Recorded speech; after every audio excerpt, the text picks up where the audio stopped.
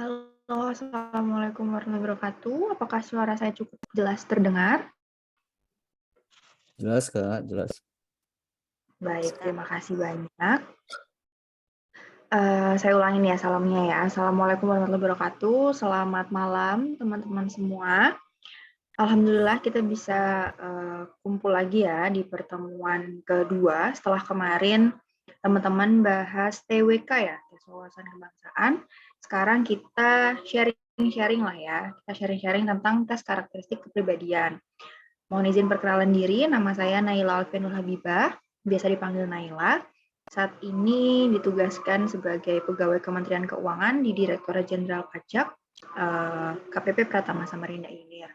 Nah, selama 1,5 jam ke depan atau 90 menit ke depan, kita akan bareng-bareng melakukan pembahasan soal-soal yang teman-teman sudah kerjakan pada saat tryout minggu lalu ya kalau nggak salah.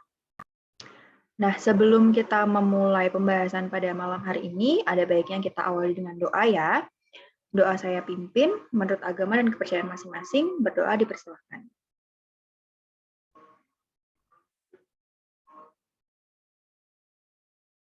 Amin, amin ya robbal alamin. Baik, mohon izin share screen ya, teman-teman.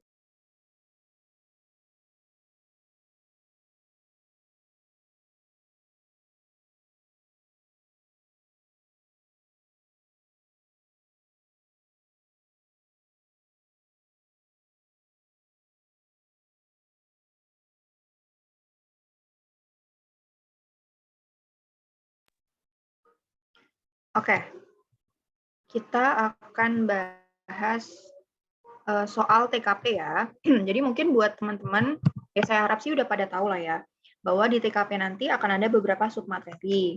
Apa aja submaterinya? Yang pertama ada sosial budaya, ada profesionalisme, ada teknologi informasi dan komunikasi, ada jejaring kerja, dan juga ada anti radikalisme, yang mana adalah submateri terbaru yang dimasukkan oleh Kemenpan RB sebagai submateri yang diujikan seperti itu.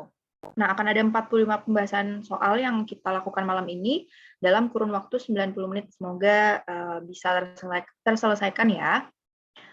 Nah, mungkin untuk menghemat waktu dalam menjelaskan setiap alasan mengapa scoringnya itu seperti nanti yang kita bahas, akan saya awali dengan tips mengerjakan soal TKP, supaya secara garis besar teman-teman udah bisa dapat pegangan gitu saat mempertimbangkan jawaban itu apa aja sih yang perlu diperhatikan gitu. Yang pertama, teman-teman perlu perhatikan submateri yang dimaksud dalam soal. Seperti yang tadi saya bilang ada beberapa submateri. Nah, penting sekali untuk mengerti apa sih yang dimau dalam soal gitu, karena beda submateri bisa saja beda orientasi pengurutan ya, karena kan di TKP itu nggak ada salah benar ya, yang ada kan adalah range score dari 1 sampai 5. Contohnya, kalau misalkan soal itu berkaitan dengan pelayanan publik, maka otomatis mindset kita langsung mengarah pada jawaban yang dia mengindikasikan memberikan pelayanan prima atau pelayanan yang terbaik atau jawaban-jawaban yang menunjukkan aksi untuk memuaskan para pengguna jasa atau stakeholder seperti itu. Kalau misalkan tentang profesionalisme, maka yang dikedepankan adalah jawaban-jawaban yang berkaitan dengan integritas gitu. Nah, itu penting sekali buat teman-teman tahu. Berdasarkan pengalaman teman-teman yang lain yang sebelumnya sudah melakukan ujian, ada yang bilang bahwa disebutkan di tampilan layarnya itu ada dibilang indikator soalnya itu terkait apa. Nah, teman-teman kalau bisa jangan diabaikan gitu. Justru itu yang perlu diperhatikan sebelum membaca keseluruhan soalnya. Yang kedua, perhatikan sudut pandang tokoh dalam soal. Maksudnya sudut pandang tokoh itu biasanya soal TKP ini kan memang konsepnya cerita ya. Nah, teman-teman silakan diidentifikasi gitu. Yang diceritakan ini tokohnya itu siapa dan memiliki wewenang apa. Jadi sudut pandang tokoh ini kita gunakan untuk mengidentifikasi sebesar apa sih lingkup wewenang yang bisa dia lakukan untuk menyelesaikan permasalahan yang ada dalam soal seperti itu. Jadi misalkan di soal itu dijelaskan bahwa dia adalah seorang pimpinan, dia adalah seorang pegawai biasa. Nah, itu penting untuk kita tahu sejauh apa kita bisa memilih jawaban dalam menyelesaikan masalah yang ada. Yang ketiga, pilih jawaban dengan metode dropping. Jadi, kalau misalkan di TKP itu kan nggak ada jawaban benar salah tadi ya, yang ada itu biasanya tata bahasanya bisa dibilang kebalik-balik gitu atau mirip-mirip semua justru. Nah, saat itu teman-teman silakan saat kebingungan nih misal kok kayak mirip semua gitu. Nah, teman-teman bisa pakai metode dropping itu yang paling mudah menurut saya. Jadi antara teman-teman cari mana yang kira-kira paling baik atau teman-teman dropping dulu nih yang paling buruk yang mana gitu. Jadi misalkan pilihan jawabannya ada 5 kan dari A sampai E. Coba dilihat dulu yang paling nggak mungkin. Setelah misal menggugurkan 3 barulah tersisa 2. Nah, harapannya 2 yang tersisa itu paling nggak skornya antara 4 atau 5. Jadi teman-teman bisa fokus kalau nggak dapat skor 5, ya berarti dapat skor 4 gitu. Jadi lupakanlah teman-teman, kenapa ya kok pilihan jawaban ini skornya 3, kenapa pilihan jawaban ini skornya 2 atau malah 1 gitu. Menurut saya lebih efisien teman-teman tahu alasan kenapa pilihan jawaban itu kenapa yang pilihan jawaban itu dapat skor 5 itu lebih efisien dalam belajar. Jadi teman-teman bisa dapat gambaran berpikirnya itu lebih kuat. Kemudian ini tunggu ya. Saya izin memperbaiki sebentar. Oke. Tips yang selanjutnya adalah pilih jawaban dengan tingkat kesesuaian yang paling tinggi didasarkan pada yang pertama wewenang, kemudian SOP dan juga aksi nyata. Tadi dengan kita mengetahui gambaran tokoh dalam soal itu, kita bisa tahu seberapa besar wewenang yang bisa dia lakukan. Kemudian jangan lupa SOP.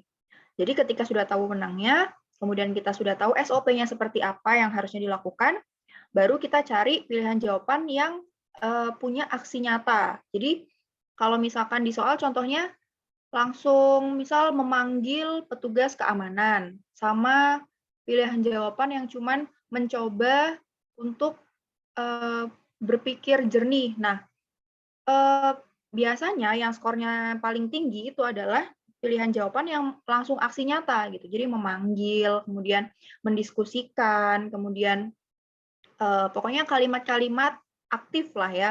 Jadi emang ada kata kerjanya gitu, nggak cuman meraba-raba. Kemudian yang terakhir, perbanyak latihan dan membaca tiap alasan skor paling tinggi dipilih sebagai jawaban. Tadi yang kayak saya bilang, yang paling efisien untuk cara belajar TKP itu adalah teman-teman baca atas soal ini skor yang 5 itu yang gimana gitu. Jadi dibanding teman-teman ngurutin, oh soalnya kayak gini, pilihan jawaban A, B, C, D, E, itu 1, 2, 3, 4, 5 kayak gini. Nah, itu buang-buang waktu, karena toh kita nggak sedang dinilai benar enggaknya dalam ngasih skor itu kan. Yang penting kita bisa memilih mana yang skornya 5 gitu. Kurang lebih itu 5 tips mengerjakan soal TKP yang nanti akan kita terapkan saat membahas soal ya. Oke, kita mulai soal yang pertama. Ini untuk submateri pelayanan publik ya. Soalnya adalah Anda akan berangkat kuliah ke kampus. Setiap hari Anda mengendarai motor sendiri untuk menuju ke sana. Namun suatu hari Anda melihat seorang dosen yang galak sedang jalan kaki menuju arah kampus. Yang akan Anda lakukan adalah yang A menghampiri dosen untuk basa-basi lalu melanjutkan perjalanan. Yang B menghampiri dosen tersebut sembari berpura-pura Anda tidak bisa membonceng ketika menyetir. Yang C menghampiri dosen dan memintanya untuk melanjutkan perjalanan bersama Anda. Yang D menghampiri dosen dan menanyakan tujuannya kemana. Dan terakhir langsung melewati dosen dan berpura-pura tidak melihatnya. Kalau dari sini, teman-teman kan gini, selain tadi bisa metode dropping, teman-teman juga perlu belajar untuk bisa fast screening dalam membaca soal TKP, karena nanti pasti akan berupa cerita yang panjang, seringnya seperti itu. Karena sekarang Kemenpan RB pakai metodenya HOTS atau High Order Thinking Skill. Jadi teman-teman harus bisa cepat bacanya, screening. Kalau dari pilihan jawaban A sampai E, ketika teman-teman baca nih yang A, basa-basi, coret. Yang B, berpura-pura, coret. Kemudian yang C, menghampiri dosen memintanya melanjutkan perjalanan bersama Anda. Nah, ini kita keep gitu, yang C. Oke, kita keep yang C. Yang D, menghampiri dosen dan menanyakan tujuannya kemana. Oke, nggak ada yang konotasinya negatif gitu. Mungkin kita bisa simpen dulu kalau teman-teman bingung. Terus yang E, langsung melewati dosen, ini juga nggak baik. Nah, Yang saya maksud metode dropping itu yang seperti itu. Berarti kan kita bisa drop yang pilihan jawaban A, B, dan E. Tinggal yang C sama yang D. Nah, kalau dikira-kira, kita kan harus bisa tadi ya mengedepankan pelayanan publik. Artinya kita bisa memuaskan orang lain atau memberikan pelayanan terbaik gitu kan. Ya, dari pilihan jawaban C dan D, pasti yang skornya paling tinggi yang C, ya kan? Karena menunjukkan sikap atentif kita atau kemauan kita untuk membantu. Kalau untuk rincian jawabannya yang skornya 2, 3, 1 ada di tampilan layar. Cuman intinya, saya mau teman-teman itu bisa fokus memilih jawaban yang skornya paling tinggi gitu. Lupakanlah apakah teman-teman misal, tapi waktu aku mikir tuh yang A skornya 1, padahal di pembahasan 2, itu lupakan gitu, karena itu akan buang-buang waktu ketika belajar. Lanjut nomor 2, suatu ketika Anda sedang berada di supermarket, hari itu adalah awal bulan, antrean kasir sangat panjang, Anda juga ikut mengantre. Tiba-tiba Anda mendapati keramaian di belakang antrian Anda. Usut punya usut, ternyata ada pengantre yang menyerobot antrian di depannya. Apa yang akan Anda lakukan? Oke, di sini kita case-nya sama-sama sebagai pengantri gitu kan. Terus di belakang dilihat bahwa ada keramaian. Ternyata ada orang yang menyerobot antriannya sehingga terjadi pertikaian gitu. Ingat, wewenang kita di sini bukan sebagai apa-apa karena kita juga pengunjung gitu kan. Kita baca pilihan jawabannya. Yang A berdiam diri di tempat agar antrian tetap rapi dan tidak ikut gaduh seperti yang lain. Yang B mempersilahkan orang yang diserobot antriannya untuk bertukar posisi dengan Anda. Yang C tidak peduli karena bukan Anda yang diserobot antriannya. Yang D memanggil satpam keamanan agar melerai kegaduhan tersebut. Yang E berteriak dari kejauhan agar mereka yang berselisih tetap tertib sesuai aturan. Kalau dibaca, yang A ini bisa dibilang netral gitu kan. Jadi mungkin bisa kita keep. Yang B mempersilakan, mungkin kalau teman-teman bingung, coba kita keep dulu. Yang C tidak peduli, pasti bisa dicoret. Yang D memanggil satpam, bagus. Yang E berteriak, ini udah pasti enggak. Jadi kita punya pilihan jawaban A, B, dan D. Yang A, tadi yang saya bilang ya, ketika teman-teman mulai bingung, karena kok mirip-mirip gitu, sama-sama baiknya gitu mungkin. Teman-teman akhirnya langsung mindset-nya, kita cari jawaban yang paling solutif dan ada aksi nyatanya. Yang A, berdiam diri di tempat, apakah itu sangat solutif? Mungkin enggak gitu kan. Jadi kita yang jawabannya skornya 5 pasti bukan yang A. Yang B, mempersilakan orang yang diserobot antriannya untuk bertukar posisi dengan Anda. Apakah ini solutif? Juga enggak. Jadi yang paling solutif adalah yang D, memanggil satpam. Karena apa? Ketika kita panggil satpam, antrian bisa dilerai dan semua berjalan dengan lebih baik gitu. Nah, di sini ya. Jadi yang skornya 5 itu yang D. Oke. Lanjut nomor 3.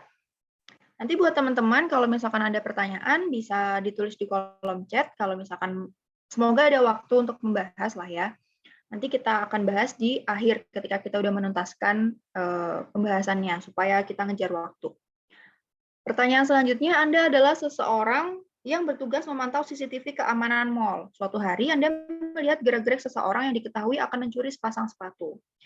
Anda mencoba menelpon pihak keamanan, namun tidak ada yang mengangkatnya. Apa yang akan Anda lakukan? Kita bertugas memantau CCTV keamanan mall, namun kita bukan satpam, gitu kan? Nah, apa nih yang harus kita lakukan ketika terjadi sesuatu masalah, tapi di luar SOP utama kita gitu. Coba kita baca pilihan jawabannya. Yang A, saya diam saja karena bukan merupakan wewenang saya untuk menangkapnya. Yang B, saya tidak menghiraukannya karena sepasang sepatu tidak begitu berharga. Yang C, saya segera menghampiri orang tersebut dan mencegahnya mencuri. Yang D, saya meminta SPG di sekitar pencuri tersebut untuk menegurnya. Dan yang E, saya lebih memilih diam karena pencuri berbadan besar dan terlihat kasar. Dari sini, ketika kita tadi ya fast screening, kita lihat bahwa pilihan jawabannya A, B, dan E itu punya kecenderungan acuh tak acuh gitu kan, nggak peduli sama kondisi sekitar. Padahal kita tugas utamanya adalah memantau CCTV keamanan. Jadi pilihan jawaban A, B, dan E kita drop. Tinggal pilihan jawaban yang C sama D. Yang C itu kita menghampiri untuk langsung mencegahnya mencuri, dan yang D saya meminta SPG di sekitar pencuri tersebut untuk menegurnya. Kalau misalkan ada dua pilihan jawaban yang sama-sama aksi nyata nih, teman-teman silahkan perhatikan mana yang kira-kira itu paling dekat dengan tokoh yang ada di situ, gitu. Jadi mana yang didasarkan aksi yang memang dia bisa lakukan gitu tanpa menyuruh orang lain, selama memang tidak bertentangan dengan SOP ya. Kalau dari pilihan jawaban C dan D itu lebih solutif dan lebih apa ya, ibaratnya lebih heroik lah ya, lebih heroik yang C. Saya segera menghampiri orang tersebut dan mencegahnya mencuri. Karena kalau yang D, meminta SPG di sekitar pencuri tersebut untuk menegurnya, pertama kita SPG itu kan juga bukan tugas dia lah ya untuk mengamankan itu. Jadi kalau posisinya sama-sama, SPG sama kita, ya kenapa nggak kita aja gitu. Toh niatnya juga sama untuk mencegah pencurian gitu kan. Jadi ketika ada pilihan jawaban yang seperti itu, maka atas aksi yang kita lakukan, kalau bisa tuh kita sendiri yang mengerjakan, bukan melimpahkan kepada orang lain. Itu akan memiliki skor yang lebih tinggi. Oke, jadi yang paling tinggi skornya adalah yang C. Saya segera menghampiri orang tersebut dan mencegahnya mencuri. Next ya. Anda adalah seorang mahasiswa yang sibuk berorganisasi. Ada beberapa mata kuliah yang memiliki tugas kelompok. Kebetulan Anda berkelompok dengan orang-orang yang pintar dan tidak berorganisasi. Tindakan apa yang akan Anda lakukan? Oke, jadi masalahnya itu lebih gimana sih kita dalam melakukan tanggung jawab, tapi juga bisa menyelesaikan pekerjaan kita gitu kan, pekerjaan kita sebagai apa ini, mahasiswa yang sibuk berorganisasi. Yang pilihan jawaban A kita baca dulu ya, memasrahkan kepada anggota lain karena Anda memegang jabatan penting di organisasi. Yang B, meminta rekan sekelompok membagi rata tugas dan segera mengerjakan pembagian tersebut. Yang C, mencoba mengerjakan bersama-sama setelahnya agar dilanjutkan rekan lain dan Anda kembali berorganisasi. Yang D, membantu rekan kelompok bila mereka mempertanyakannya kepada Anda, dan terakhir berinisiatif membagi tugas kelompok dan menyisihkan tugas yang paling sedikit untuk Anda. Kalau ini ya teman-teman tahu lah ya, logika dasarnya ketika teman-teman punya dua kewajiban yang mungkin itu saling beririsan, maka tetap harus bisa membagi rata. Jadi nggak boleh ibaratnya jadi free rider, nggak boleh cuma nitip nama doang. Itu udah pasti. Idealnya seperti itu, harus tetap mengerjakan tugas kelompok kuliah. Maka yang A udah pasti dicoret. Yang B, meminta rekan sekelompok membagi rata tugas. Nah, ini adalah pilihan jawaban yang paling ideal dengan logika berpikir kita. Maka kita keep yang B. Yang C, mencoba mengerjakan bersama setelahnya agar dilanjutkan rekan lain. Mungkin kita keep dulu kalau teman-teman belum yakin. Yang D, mungkin kita keep dulu, dan yang terakhir nggak sesuai karena egois lah ya, menyisihkan tugas yang paling sedikit untuk diri Anda. Nah, pilihan jawaban B, C, dan D itu yang paling sesuai tadi yang saya bilang adalah yang B, membagi rata tugas dan segera mengerjakan pembagian tersebut. Ini udah pilihan jawaban yang paling ideal gitu. Jadi kalau yang C itu kan kesannya kayak ya udah, pokoknya aku udah bantu ya, kalau belum selesai ya udah lanjutin aja gitu. Kalau yang D itu sama, kesannya nunggu mereka nanya dulu baru kita ngerjain gitu, nggak proaktif. Maka yang paling benar, yang paling ideal itu pilihan jawaban yang B. Oke ya, semoga jelas ya dari soal-soal yang kita bahas tadi. Lanjut. Ketika tanggal merah, Anda berlibur bersama keluarga besar Anda. Namun di tengah-tengah liburan, keluarga tersebut menelpon dan mengabarkan ada hal gawat yang harus ditangani terkait kesehatan salah satu anggota keluarga mereka. Apa yang akan Anda lakukan? Oke. Kita baca dulu pilihan jawabannya ya. Yang A, segera mengajak keluarga Anda pulang dan mengatakan kepada mereka bahwa Anda harus merawat keluarga tersebut. Yang B, Yang B, meminta izin kepada keluarga Anda untuk pulang sendiri lebih awal dan menyampaikan kepentingannya. Yang C, meminta maaf kepada keluarga tersebut karena hari libur telah Anda dedikasikan untuk keluarga besar Anda. Yang D, menelpon rekan sesama dokter dan memintanya merawat sementara keluarga tersebut. Yang E, memberinya rekomendasi perawatan kepada keluarga tersebut dan memintanya ke rumah sakit terdekat saja. Oke, mungkin ini di soalnya ada yang miss ya. Jadi kita di sini profesinya sebagai dokter. Kemudian ketika tanggal merah, kita berlibur bersama keluarga besar. Tapi waktu liburan, ternyata ada pasien kita yang keluarga pasien itu menelpon bahwa ada hal gawat yang harus ditangani gitu kan. Maka gimana nih terkait pelayanan publik, teman-teman harus ingat. Nah, yang A, segera mengajak keluarga Anda pulang dan mengatakan kepada mereka bahwa Anda harus merawat keluarga tersebut.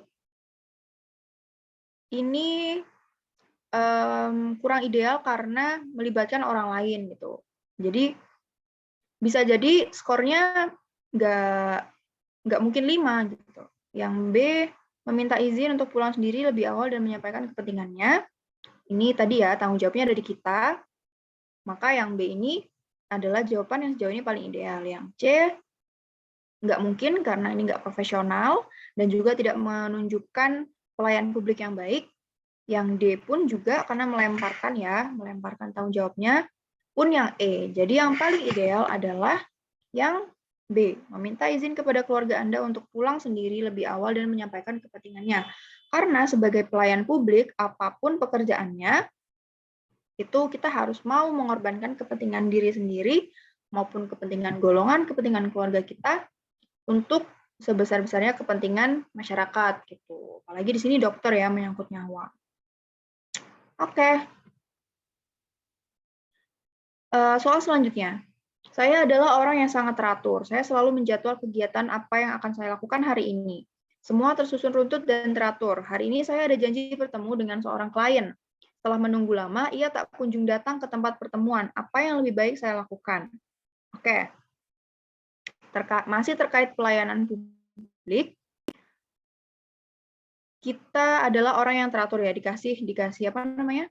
Dikasih satu fakta nih yang nantinya akan berbenturan. Jadi kita orangnya runtut dan teratur. Kita selalu menyusun jadwal sedemikian rupa. Tapi ternyata ketika udah janji bertemu dengan yang lain, ternyata justru mereka yang nggak datang gitu, yang nggak nempatin janji. Pilihan jawaban yang A, segera menghubungi klien jika tidak ada balasan, maka Anda segera pergi dan mengatur ulang jadwal. Yang B, memarahi klien agar jera dengan sifat ketidakdisiplinannya. Yang C, memaafkannya namun tidak lagi mau menjadwalkan ulang janji bertemu. Yang D, membalas kesalahannya dengan tidak hadir pada pertemuan berikutnya. Dan yang terakhir, menunggu hingga waktu bertemu dengannya habis, lalu setelahnya menghubungi untuk meminta penjelasan atas ketidakhadirannya. Oke, yang paling ideal. Yang A bisa kita keep ya. Yang A bisa kita keep, yang B memarahi klien udah pasti enggak. Yang C memaafkannya namun tidak mau menjadwalkan ulang, itu juga enggak. Yang D membalas, itu udah pasti enggak. Jadi yang memungkinkan itu adalah pilihan jawaban yang A sama yang E. Yang A, kita segera menghubungi klien. Jika tidak ada balasan, maka Anda akan pergi dan mengatur jadwal. Yang E, menunggu dulu hingga waktu bertemunya habis, lalu baru dihubungi dan meminta penjelasan. Nah, bedanya yang A sama yang E, yang A itu lebih efektif dan efisien gitu. Kita tanyain bisa datang atau enggak, kalau enggak, saya mau pergi, kita atur ulang jadwalnya. Kalau yang E, udahlah kita buang waktu, kemudian kita cuman minta penjelasan atas ketidakhadirannya gitu, yang mana nggak ada solusi yang nyata gitu atas pertemuan yang gagal dilakukan itu. Jadi yang lebih solutif itu adalah yang A. Oke, lanjut. Anda membuka warung di kantin di sebuah sekolah.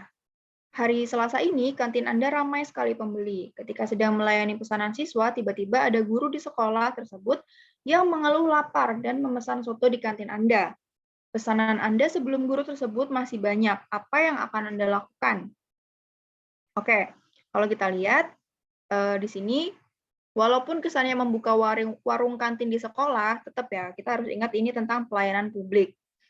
Kemudian, masalahnya di sini adalah antrian lagi rame, terus ada guru datang, berarti kan ada benturan kepentingan gitu, yang mana ada seseorang dengan kedudukan lebih tinggi, ibaratnya minta dilayanin duluan gitu. Gimana sih kita menyikapi hal tersebut? Yang A membuatkan guru tersebut makanan terlebih dahulu karena ia wajib diprioritaskan.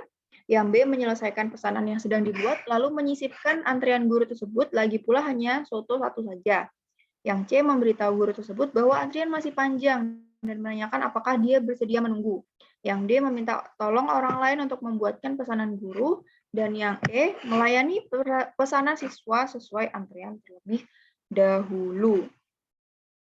Oke, kalau yang A udah pasti enggak, karena di pelayanan publik semua perlakuan itu harus sama, nggak boleh ada diskriminasi. Kalau di kasus ini contohnya mungkin antara guru dan siswa. Kalau misalkan di kasus-kasus lain, misalkan di supermarket itu semua pengunjung sama.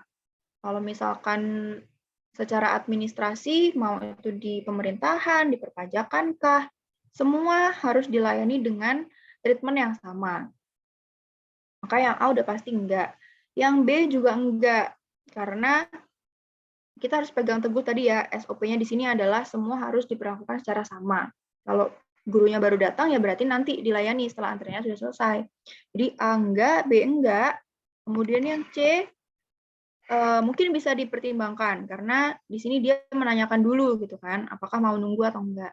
Yang D meminta tolong orang lain juga enggak.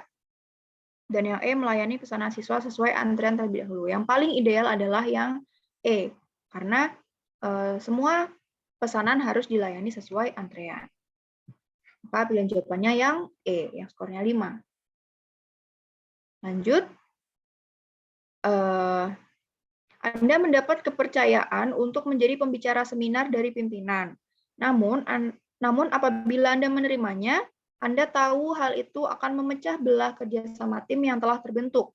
Hal ini dikarenakan semua anggota tim telah membagi job desk yang ada. Bagaimana sikap Anda?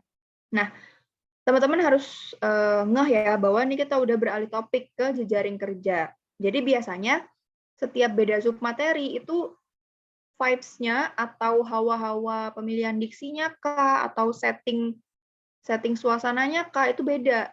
Kalau kayak gini kan memang ibaratnya khas jejaring kerja sekali gitu. Nah, ketika jejaring kerja, kita perlu pertimbangkan bahwa pilihan jawaban yang terbaik itu mengedepankan sikap kerjasama, terbuka, kemudian juga supel, kemudian juga menghindari konflik, seperti itu. Nah, di sini kan masalahnya kita diminta untuk jadi pembicara seminar langsung dari pimpinan. Tapi misalkan kerjaannya lagi padat banget, kalau misalkan teman-teman ngambil kerjaan itu, maka akan kerja kelompok itu mungkin akan semrawut gitu karena lagi penuh banget. Nah, gimana sih sikap yang ideal untuk menyelesaikan ini dan mendapatkan solusi terbaik gitu. Yang A, langsung menjalankan perintah atasan dan tidak menolak tawarannya.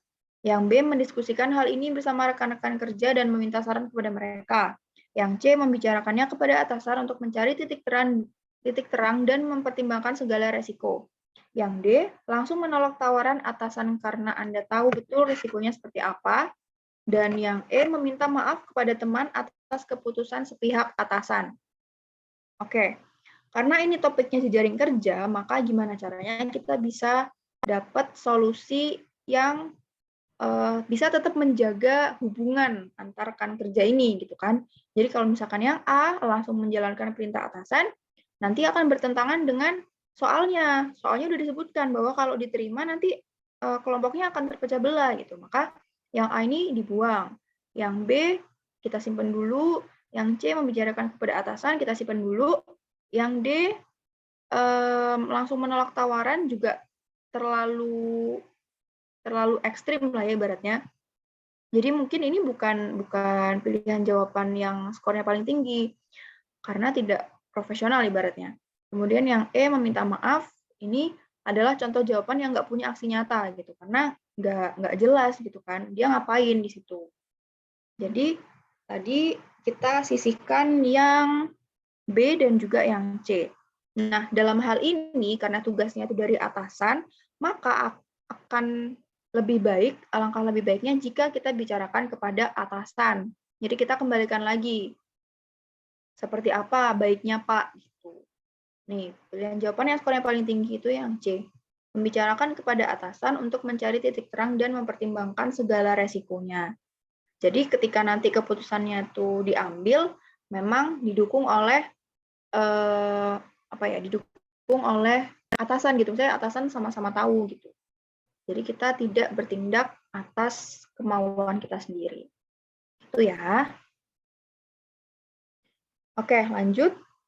Anda dipercayai oleh rekan Anda untuk mengumpulkan tugas kepada atasan di link Google Form pada hari yang telah ditentukan. Tugas telah selesai seminggu sebelum tenggat waktu. Karena rentang waktunya jauh dari tenggat waktu, Anda lupa mengumpulkannya pada hari pengumpulan tugas. Anda baru ingat 1 hari setelahnya. Apa yang akan Anda lakukan?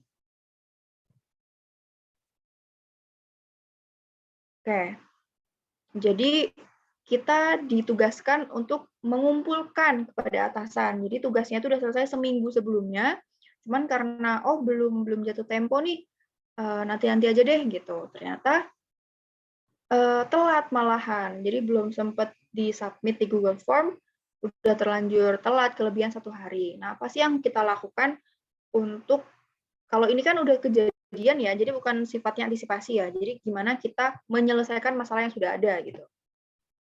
Yang A, konfirmasi kepada atasan atas kesalahan yang Anda lakukan dan meminta maaf kepada rekan kerja. Yang B, tidak perlu mengatakan kepada rekan kerja, cukup meminta maaf kepada atasan akibat keterlambatan pengumpulan. Yang C, meminta maaf kepada rekan kerja dan meminta yang lain untuk menyerahkan tugas tersebut kepada atasan. Yang D, menganggap itu adalah kesalahan yang biasa. Dan terakhir, tidak meminta maaf kepada siapapun karena hal itu bukan masalah besar. Yang A, kita keep. Yang B, kita keep dulu. Yang C, meminta maaf kepada rekan kerja itu baik, tapi di belakangnya ditambahin meminta yang lain untuk menyerahkan tugas. Maka ini bukan pilihan jawaban yang ideal karena kita melemparkan tanggung jawab. Yang D juga kita drop karena itu jawaban yang kurang tepat, yang salah. Pun yang E, tidak meminta maaf kepada siapapun. Ketika tidak ada komunikasi, maka itu menyalahi konsep jejaring kerja, karena jejaring kerja itu prinsipnya adalah komunikasi. Maka tadi ya yang kita bisa simpan adalah yang A sama yang B. Yang paling ideal adalah yang A. Jadi ketika ada masalah yang mana itu melibatkan dua pihak, atasan dan juga rekan, ya maka kita harus ibaratnya menghadapi dua pihak tersebut. Jadi kita konfirmasi kepada atasan dan juga kita minta maaf kepada rekan kerja. Itu akan menunjukkan sikap komunikasi bisnis atau jejaring kerja yang baik. Oke, lanjut ya. Nih, yang A jawabannya. Lanjut. Di perusahaan ini, Anda memiliki teman yang baik. Ia berteman dengan Anda sudah puluhan tahun lamanya. Namun suatu waktu Anda mendapatinya berkhianat dengan Anda. Apa yang akan Anda lakukan? Yang A, menceritakan kepada orang lain tentang apa yang ia lakukan agar tidak ada korban berikutnya. Yang B, meredam emosi dan berpikiran jernih. Yang C, menggantinya dengan mencari teman yang lebih baik. Yang D, memutuskan hubungan pertemanan dengannya karena merasa tidak dihargai. Dan yang E, mencoba menghindarinya agar tidak semakin dendam ketika bertemu. Oke, jadi di sini kita ini kan sebenarnya bukan sesuatu yang terkait terkait SOP, terkait kerjaan. Ini kan lebih menunjukkan sikap diri kita, konsep diri kita sebagai orang dengan konsep diri positif. Gimana sih kita menghadapi suatu masalah kalau misalkan ternyata ada orang yang berkhianat dengan kita. Dengan mempertimbangkan aspek-aspek dalam jejaring kerja, maka yang A udah pasti nggak baik, ya kan? Yang B, meredam emosi dan berpikiran jernih, ini paling ideal. Coba kita baca yang C, menggantinya bukan, yang D juga bukan, kemudian yang E juga bukan. Maka yang paling, ibaratnya yang paling malaikat lah ya, yang paling malaikat itu pasti yang B, meredam emosi dan berpikiran jernih. Jadi, kalau di TKP memang gimana caranya waktu kita baca soal, itu kita berusaha sebaik mungkin menjadi pribadi yang sangat baik gitu. Walaupun mungkin ketika kita di posisi si orang ini nih udah temenan puluhan tahun, tapi ternyata dihianatin. Mungkin kita sebagai manusia biasa yang masih suka julid, yang masih suka gibah di belakang, mungkin kita akan cenderung yang kita nggak mau kalah gitu kan, kita nyeritain keburukan-keburukannya. Tapi kan ingat, itu bukan suatu hal yang baik gitu. Jadi atas apa yang mungkin kita lakukan sekarang, itu bisa jadi bukan jawaban yang terbaik gitu, karena di tes karakteristik kepribadian kita harus menunjukkan sebaik-baik mungkin versi diri kita gitu. Oke. Soal selanjutnya, saat ini Anda tergabung dalam sebuah kelompok kerja. Saat dalam masa mengerjakan tugas kelompok, Anda dituduh dan dimarahi oleh ketua kelompok Anda. Padahal tuduhan tersebut tidak sesuai dengan keadaan yang sebenarnya.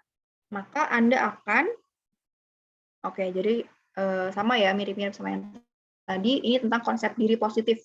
Gimana cara kita menghadapi suatu masalah yang melibatkan rekan-rekan kerja gitu.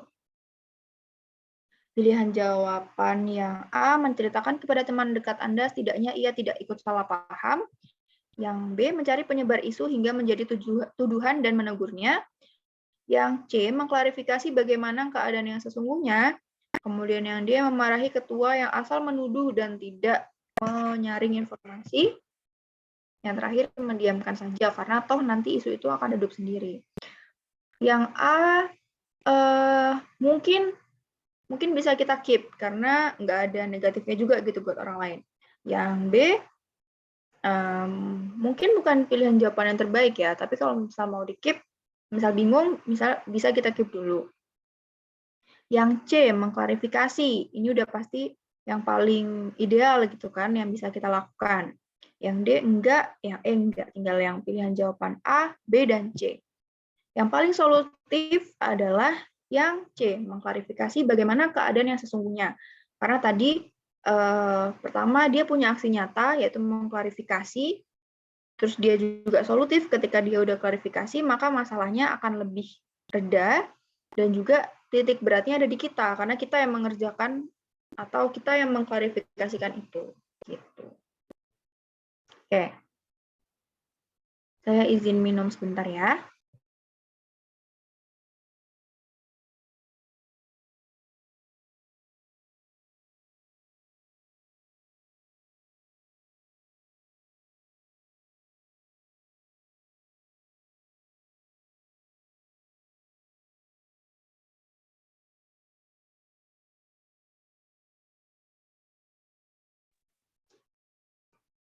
Oke. Anda dipercaya oleh atasan untuk menjadi ketua kelompok di proyek kerja tahun depan.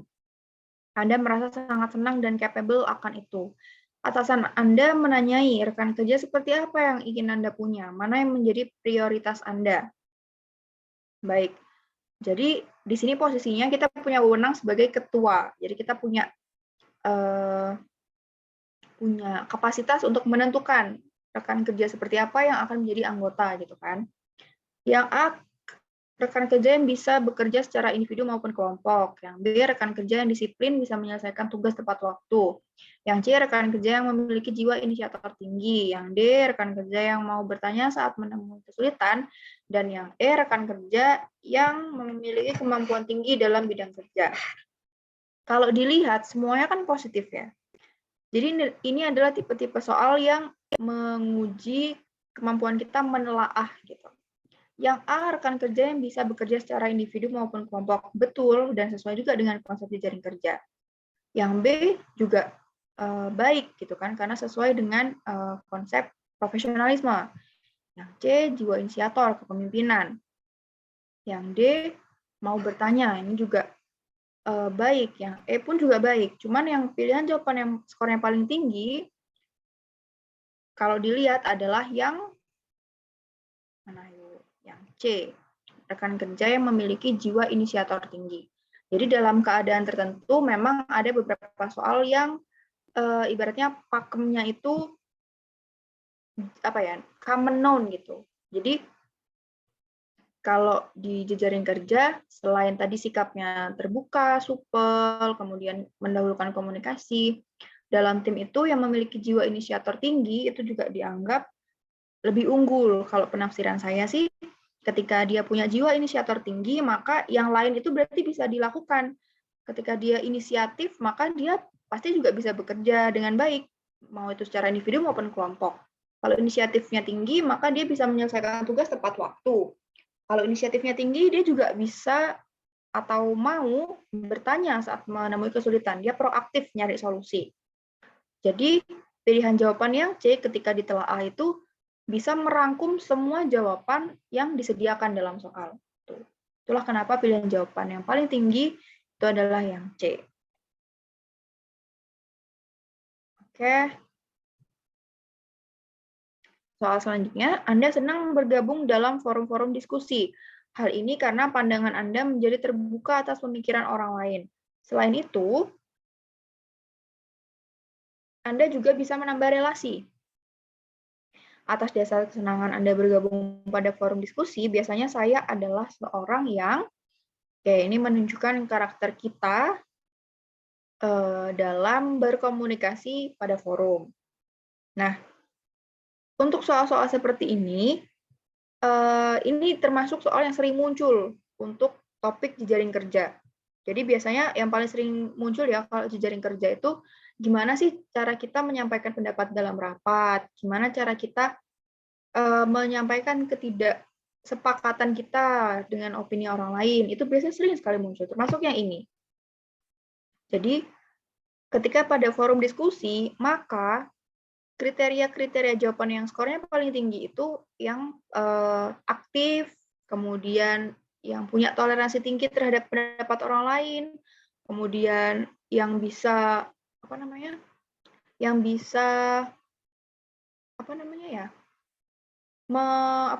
jadi kalau di forum itu selain aktif, kemudian toleransi tinggi, terus dia juga nggak kaku gitu. Jadi nggak tersinggungan. Itu juga biasanya di jejaring kerja poinnya di situ. Yang A mencerna berbagai pendapat lalu mengemasnya menjadi pendapat Anda. Yang B selalu menyanggah pendapat yang kontroversial.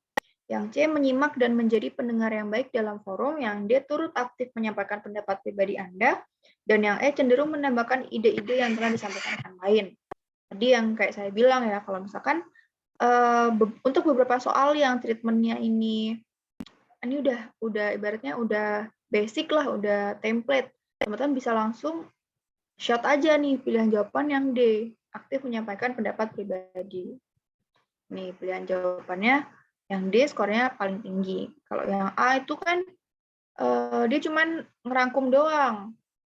Jadi dia cuman ibaratnya notulen lah ya.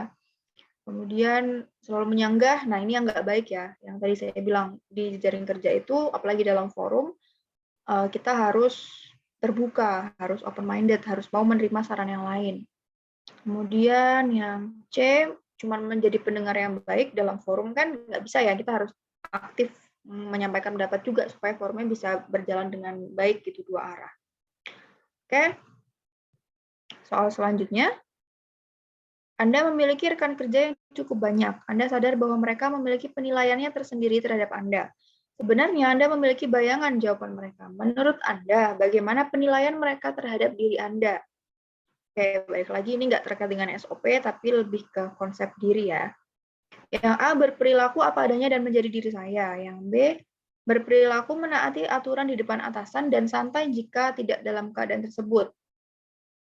Yang C, berperilaku baik kepada orang yang lebih tua saja. Yang D, mudah tersinggung namun juga mudah memaafkan. Dan terakhir, mudah bergaul dan jujur dalam perkataan serta perbuatan. Kalau di sini, harusnya teman-teman tahu lah ya, yang paling mungkin atau yang paling baik, yang paling sempurna itu pilihan jawaban yang E, mudah bergaul dan jujur dalam perkataan serta perbuatan. Lanjut, nomor 15 ya ini. Menurut Anda, banyak sekali kunci yang melatar belakangi kesuksesan. Masing-masing pribadi mungkin memiliki kunci yang berbeda. Namun, menurut Anda, bekerja adalah upaya terbaik untuk meraih kesuksesan. Oleh karenanya, Anda Yang A, berusaha mencari keuntungan sebanyak mungkin saat bekerja. Yang B, selalu bekerja hingga larut malam atau lembur. Yang B ya tadi. Yang C, bekerja dengan disiplin dan mematuhi peraturan yang ada. Yang D, berusaha meningkatkan kemampuan saat bekerja agar lebih andal. Dan terakhir, memiliki prinsip untuk bekerja keras banting tulang. Oke, pilihan jawabannya mirip-mirip lagi nih. Cuman kalau kita lihat, yang A, mencari keuntungan sebanyak mungkin, tentu enggak ya, enggak mencerminkan sikap sikap orang yang altruis gitu, orang yang tulus gitu kan. Jadi yang A bisa kita coret. Yang B selalu bekerja hingga larut malam atau lembur. Overproduktif justru bisa jadi indikasi kita sebenarnya tidak produktif gitu. Maka ini enggak. Terus yang C, bekerja disiplin dan mematuhi peraturan yang ada. Ini baik sebenarnya. Mungkin bisa kita keep ya. Yang D, berusaha meningkatkan kemampuan. Ini juga baik. Dan terakhir, memiliki prinsip terus bekerja dan banting tulang. Ini mirip sama yang B, jadi kita drop. Pilihan jawabannya tinggal yang C sama yang D. Kalau dilihat, yang lebih ideal adalah pilihan jawaban yang D. Berusaha meningkatkan kemampuan saat bekerja agar lebih andal. Kenapa? Karena kalau disiplin dan mematuhi peraturan yang ada, itu udah basicnya tuh di sini. Memang standarnya seperti itu. Nah, kalau misalkan nggak ada pilihan jawaban yang D, maka pilihan jawaban yang C itu udah baik. Gitu. Cuman karena ada pilihan jawaban yang D, di mana dia berusaha meningkatkan kemampuan, maka ada keinginan untuk terus memperbaiki diri, gitu kan, mengupgrade diri. Maka itulah pilihan jawaban yang lebih baik. Skornya 5. Oke. Soal selanjutnya, setiap orang memiliki karakteristik masing-masing mengenai dirinya, tak terkecuali Anda. Karakteristik tersebutlah yang membawa Anda bisa beradaptasi dengan tantangan baru. Dari pernyataan berikut ini, pernyataan yang paling sesuai dengan Anda adalah, ini kita udah masuk sosial budaya ya. Apa ini? Oke, kita baca. Pilihan jawaban yang A, Anda akan minta ditemani rekan kerja bila diutus kerja keluar kota. Yang B, melaksanakan segala tugas asal ada yang membimbing. Yang C, melaksanakan segala tugas meski terdapat rasa kekhawatiran. Yang D, segera berangkat jika mendapat kompensasi yang layak. Dan terakhir, melaksanakan tugas dari atasan sebagai bentuk tanggung jawab. Oke. Jadi ini gimana sih respon kita untuk bisa beradaptasi dengan tantangan baru gitu kan? Cara kita overcoming suatu tantangan atau obstacle.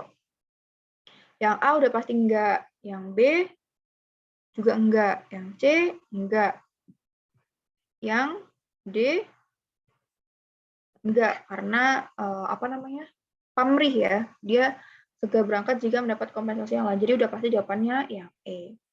Untuk soal-soal seperti ini menurut saya bonus sih kalau misalkan teman-teman dapat, karena yang perlu mikir itu biasanya yang dia cerita panjang gitu, yang dia ada dikasih tahu profilnya seperti apa, kemudian masalahnya misal justru dimunculkannya ada 2 gitu dalam satu soal, itu yang lebih perlu analisa.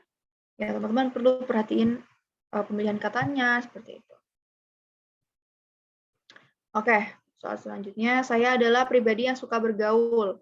Untuk itu, saya mengikuti kegiatan di luar kegiatan kantor. Hal itu agar saya memiliki kesempatan untuk berbaur dengan orang lain. Selain itu, menurut saya kegiatan yang saya ikuti adalah kegiatan yang jadi dengan soal ini kita lagi dites nih. Kira-kira gimana sih cara kita membaur dengan orang lain dengan memilih kegiatan yang kita lakukan gitu. Pilihan jawaban yang A banyak diikuti oleh rekan sebaya sehingga dapat sefrekuensi. Yang B, kegiatan tersebut dapat mengisi waktu luang saya. Yang C, kegiatan yang saya ikuti dapat memberikan pengalaman baru. Yang D, dapat meningkatkan kemampuan diri saya. Dan yang terakhir, kegiatan tersebut dapat menjadi hiburan di tengah padatnya jadwal kerja. Kalau dilihat, sebenarnya nggak ada yang salah, gitu kan? Cuman, balik lagi, kalau misalkan kita telah satu-satu, yang punya nilai lebih tinggi itu adalah yang berorientasi pada kemampuan diri. Jadi pilihan jawaban yang paling tinggi skornya tuh yang D. kita nyari kegiatan waktu luang yang meningkatkan kemampuan diri kita. Nah, soal ini juga sering dikemas dalam bentuk lain. Misalkan contoh di submateri profesionalisme. Misal diceritain kalau misalkan hari ini kita kerjanya cepat gitu. Jadi misalkan pulangnya harusnya jam 5, tapi jam 3 tuh kita udah selesai. Kita punya waktu luang. Harusnya ngapain nih?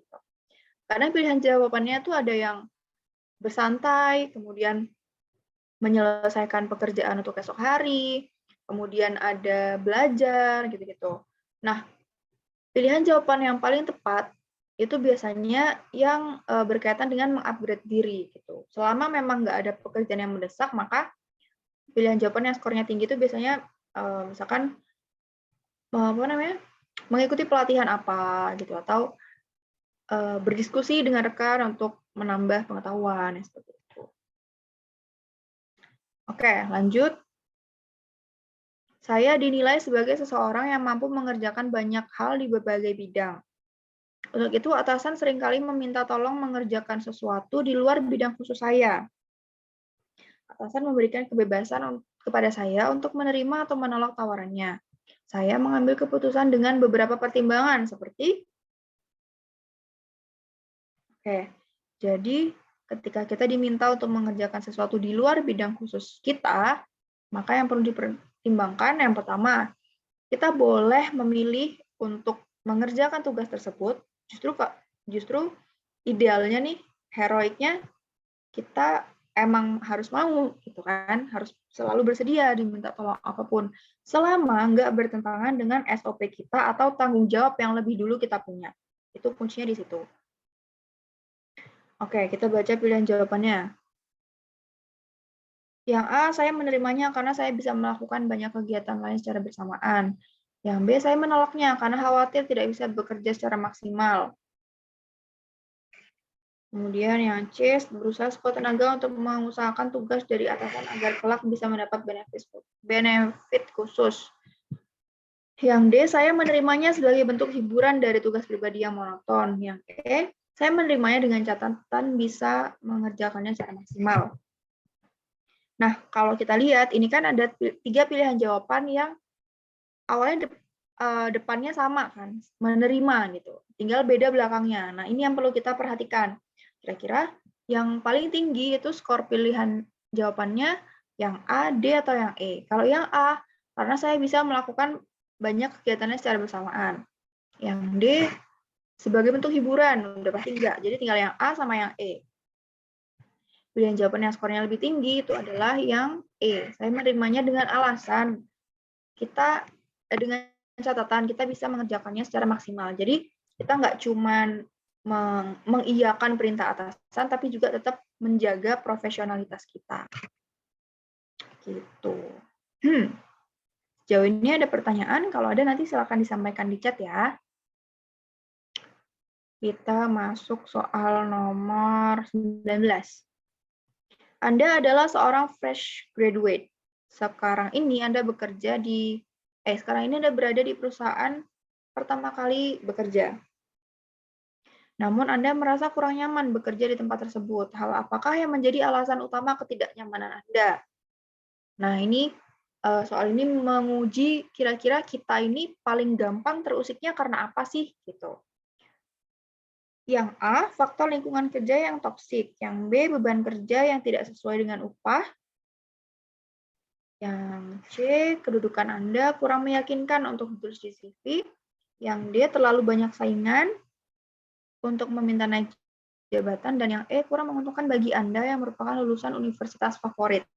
Kalau dibaca, dari pilihan jawaban yang B sampai E, itu mengindikasikan bahwa kita kurang bersyukur, ya kan? Yang pertama, kurang bersyukur dan mengeluh dan manja dan tidak profesional seperti itu. Yang B dibilang beban kerjanya nggak sesuai sama upah, gitu kan? Yang C kedudukannya nggak bonafit gitu, jadi nggak keren ditulis di CV. Yang D terlalu banyak saingan, yang E kurang menguntungkan. Jadi kalau untuk ini, itu pilihan jawaban yang paling tinggi skornya adalah yang A, faktor lingkungan kerja yang toksik. Karena Dari pilihan jawaban yang B sampai yang E itu bisa dikontrol dari pemikiran kita. Sedangkan yang A itu adalah faktor lingkungan yang memang paling memungkinkan untuk kita bisa terganggu kinerjanya. Gitu. Jadi kalau misalkan kita pilih jawaban yang B, C, D, atau E, itu justru memperlihatkan bahwa kita ini orangnya ya pamrih, ya sok-sokan, ya manja gitu. Kalau yang A itu kan memang ancaman atau mungkin sesuatu yang memang perlu jadi concern kita gitu, yang perlu kita perhatikan gitu, bahwa faktor lingkungan kerja yang toksik itu mempengaruhi kinerja kita. Gitu. Penjelasannya seperti itu ya. Masuk ke soal nomor 20. Anda bekerja di sebuah perusahaan di tempat yang jauh dari daerah asal Anda. Kebudayaan daerah tersebut berbeda jauh dengan kebudayaan daerah asal Anda. Kadang Anda merasa kesulitan berbaur dengan orang-orang setempat. Apa yang akan Anda lakukan? Ini juga salah satu soal yang ibaratnya lengket banget sama submateri sosial budaya. Kunci untuk mengerjakan soal-soal seperti ini, ingat bahwa di sosial budaya yang harus dikedepankan adalah toleransi dan juga peribahasa di mana bumi dipijak, di situ langit dijunjung. Itu udah pasti. Jadi ketika kita udah punya cara berpikir itu, kita analisis ke dalam soal mana yang kira-kira paling ideal. Yang A tak perlu ambil pusing, asalkan Anda tetap bisa menyelesaikan tugas secara optimal. Yang B, mencari satu atau beberapa teman saja yang satu frekuensi dengan Anda. Yang C, mencoba mempelajari kebudayaan daerah tempat Anda bekerja. Yang D, meminta rekan kerja tidak terlalu mengunggulkan kebudayaan daerah tersebut. Yang E, melapor kepada atasan dan meminta pindah tempat kerja. Kalau dari screening aja, harusnya kalau teman-teman sudah bisa menguasai, langsung akan mengarahkan pilihan jawabannya ke C, mencoba mempelajari kebudayaan daerah tempat Anda bekerja. Karena ini yang paling menunjukkan sifat inklusivitas. Jadi kita mau bertoleransi, mau membuka diri gitu, dan juga mau menjadi manusia yang tadi ya, yang enggak eksklusif atau close minded. Oke.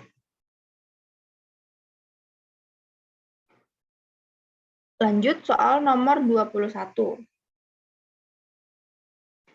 Banyak cara setiap orang dalam menyelesaikan suatu pekerjaan. Biasanya cara tersebut adalah cara ternyamannya. Selain itu, biasanya cara tersebut adalah cara terpraktis menurutnya. Bagaimana cara ternyaman Anda untuk menyelesaikan suatu pekerjaan? Yang A, cara yang memudahkan diri sendiri untuk menyelesaikannya. Yang B, cara yang baik dan bisa memberikan hasil maksimal. Yang C, cara yang sama dengan yang biasa digunakan oleh mayoritas orang. Yang D, cara yang tidak menimbulkan kesulitan baru bagi saya. Dan yang E, cara yang baru dan inovatif atau berbeda dengan orang lain.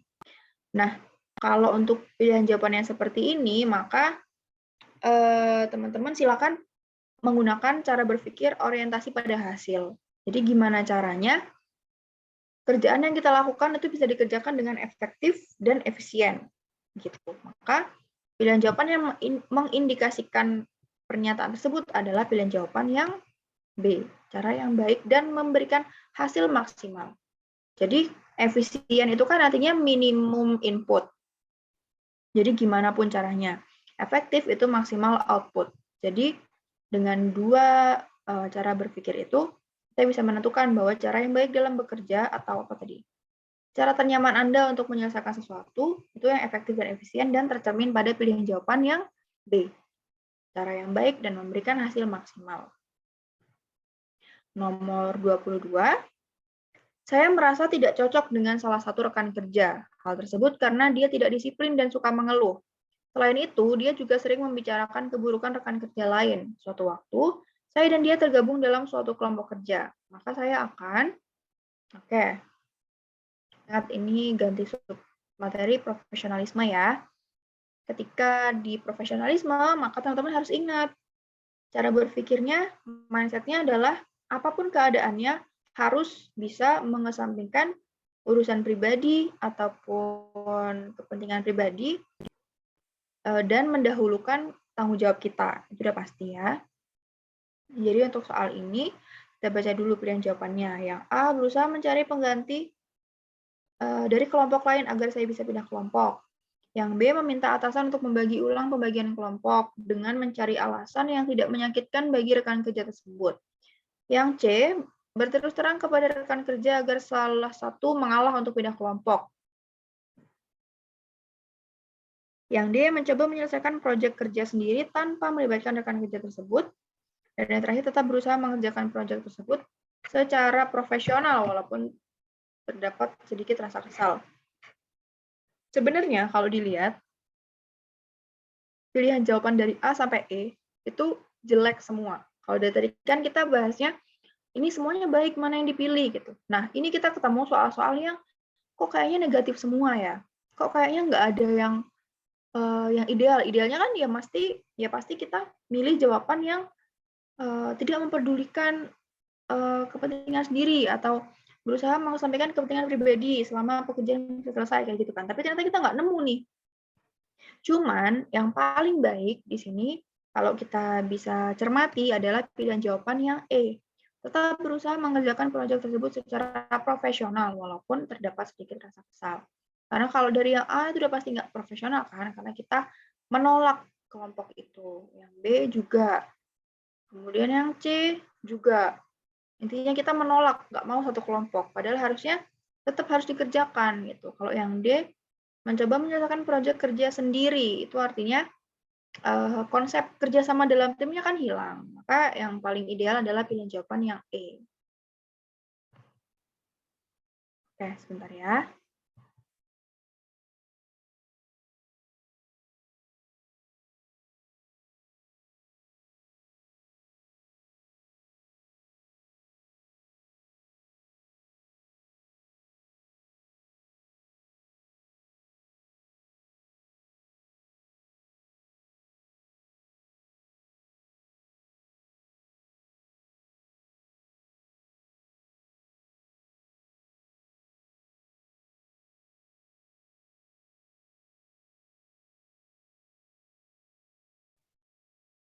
Oke, kita lanjut.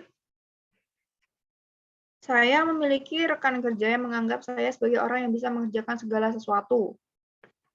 Untuk itu, ia sering meminta pendapat saya ketika mengerjakan sesuatu. Saya pun menanggapinya dengan berbagai saran. Saran yang saya sampaikan adalah yang A, segala saran yang terpikirkan saat itu. Yang B, mencoba menggali beberapa informasi dan membuat saran untuk disampaikan kepadanya. Yang C, asal memberikan saran karena ia akan tetap mendengarkan saya. Yang D, memintanya menimba saran dari orang yang menurut Anda lebih berhak ditanya mengenai masalah tersebut. Dan yang E, saran tersebut berdasarkan pengalaman saya sebelumnya. Nah, ini kan lebih ke gimana sih cara pikir kita untuk menyelesaikan masalah ketika kita dipercaya oleh seseorang gitu kan. Yang A, segala saran yang terpikirkan saat itu kayak masih ngeraba gitu, kayak belum ideal. Yang B, mencoba menggali beberapa informasi, ini udah paling tepat lah ya. Kalau kita lihat kuncinya, pilihan jawaban yang skornya 5 itu yang B. Mencoba menggali beberapa informasi dan membuat saran untuk disampaikan kepadanya. Jadi, karena kita tahu bahwa kita udah dipercaya nih sama dia, maka kita juga berusaha sebaik mungkin untuk memberikan jawaban atau saran yang paling ideal gitu dengan melakukan riset atau research ya. Lanjut, Anda sedang menjalani ujian tengah semester. Mata pelajaran hari ini susah bagi teman-teman Anda, namun menurut Anda sangat mudah. Pujian hati Anda meminta jawaban Anda untuk salah satu soal, sementara sahabat Anda meminta beberapa jawaban soal. Sedangkan teman Anda yang lain meminta jawaban esai Anda.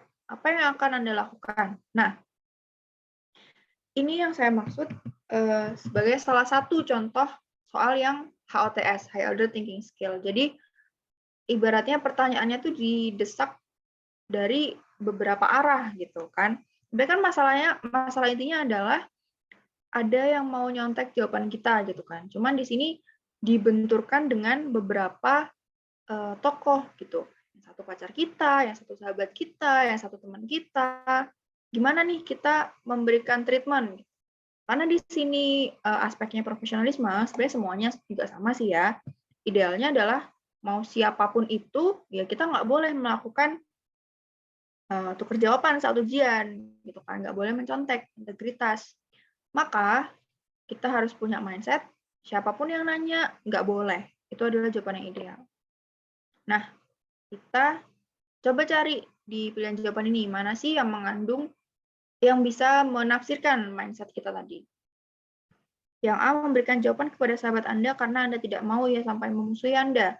Yang B berpura-pura belum menyelesaikan soal tersebut. Yang C hanya memberikan jawaban kepada pujaan hati karena ia hanya bertanya satu soal saja. Yang D tidak membantu mereka semua dan menerima resiko apabila sampai dijauhi. Dan yang terakhir, segera mengumpulkan sumber jawaban dan keluar ruangan agar tidak ditanya lagi. Nah, karena kita tadi udah punya pola berpikir yang kita konsepkan bahwa mencontoh itu tidak boleh dan kita tidak boleh memihak siapapun, maka untuk menjawab soal ini udah paling benar jawabannya yang D. Tidak membantu mereka semua dan menerima resiko apabila sampai dijauhi. Oke? Soal selanjutnya.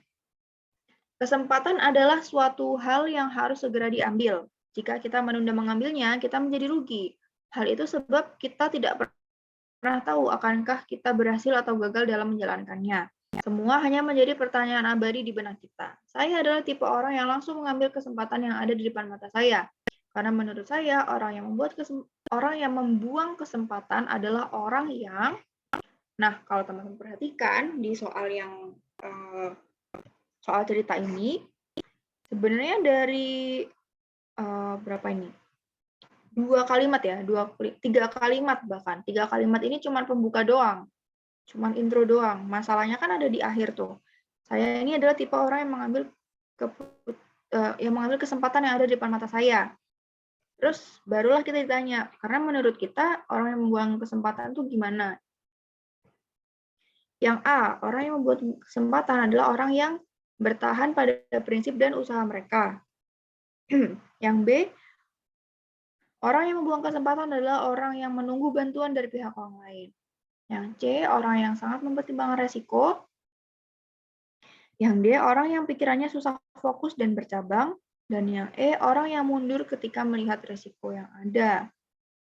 Oke, pilihan jawaban yang skornya paling tinggi, yang A itu udah pasti enggak ya, karena kan di sini gimana pandangan kita menanggapi orang yang enggak ngambil kesempatan gitu kan. Yang A ini kan cenderungnya dia pro orang yang membuang kesempatan, berarti enggak. Yang B kurang pas gitu kan. Yang C juga kurang. Jadi langsung aja pilihan jawaban yang skornya paling tinggi itu yang E, orang yang mundur ketika melihat risiko yang ada. Karena sesungguhnya kesempatan dan resiko itu datangnya bersamaan gitu. Ketika kita dapat kesempatan, maka kita juga harus siap mengambil resikonya gitu. Jadi ketika ada orang yang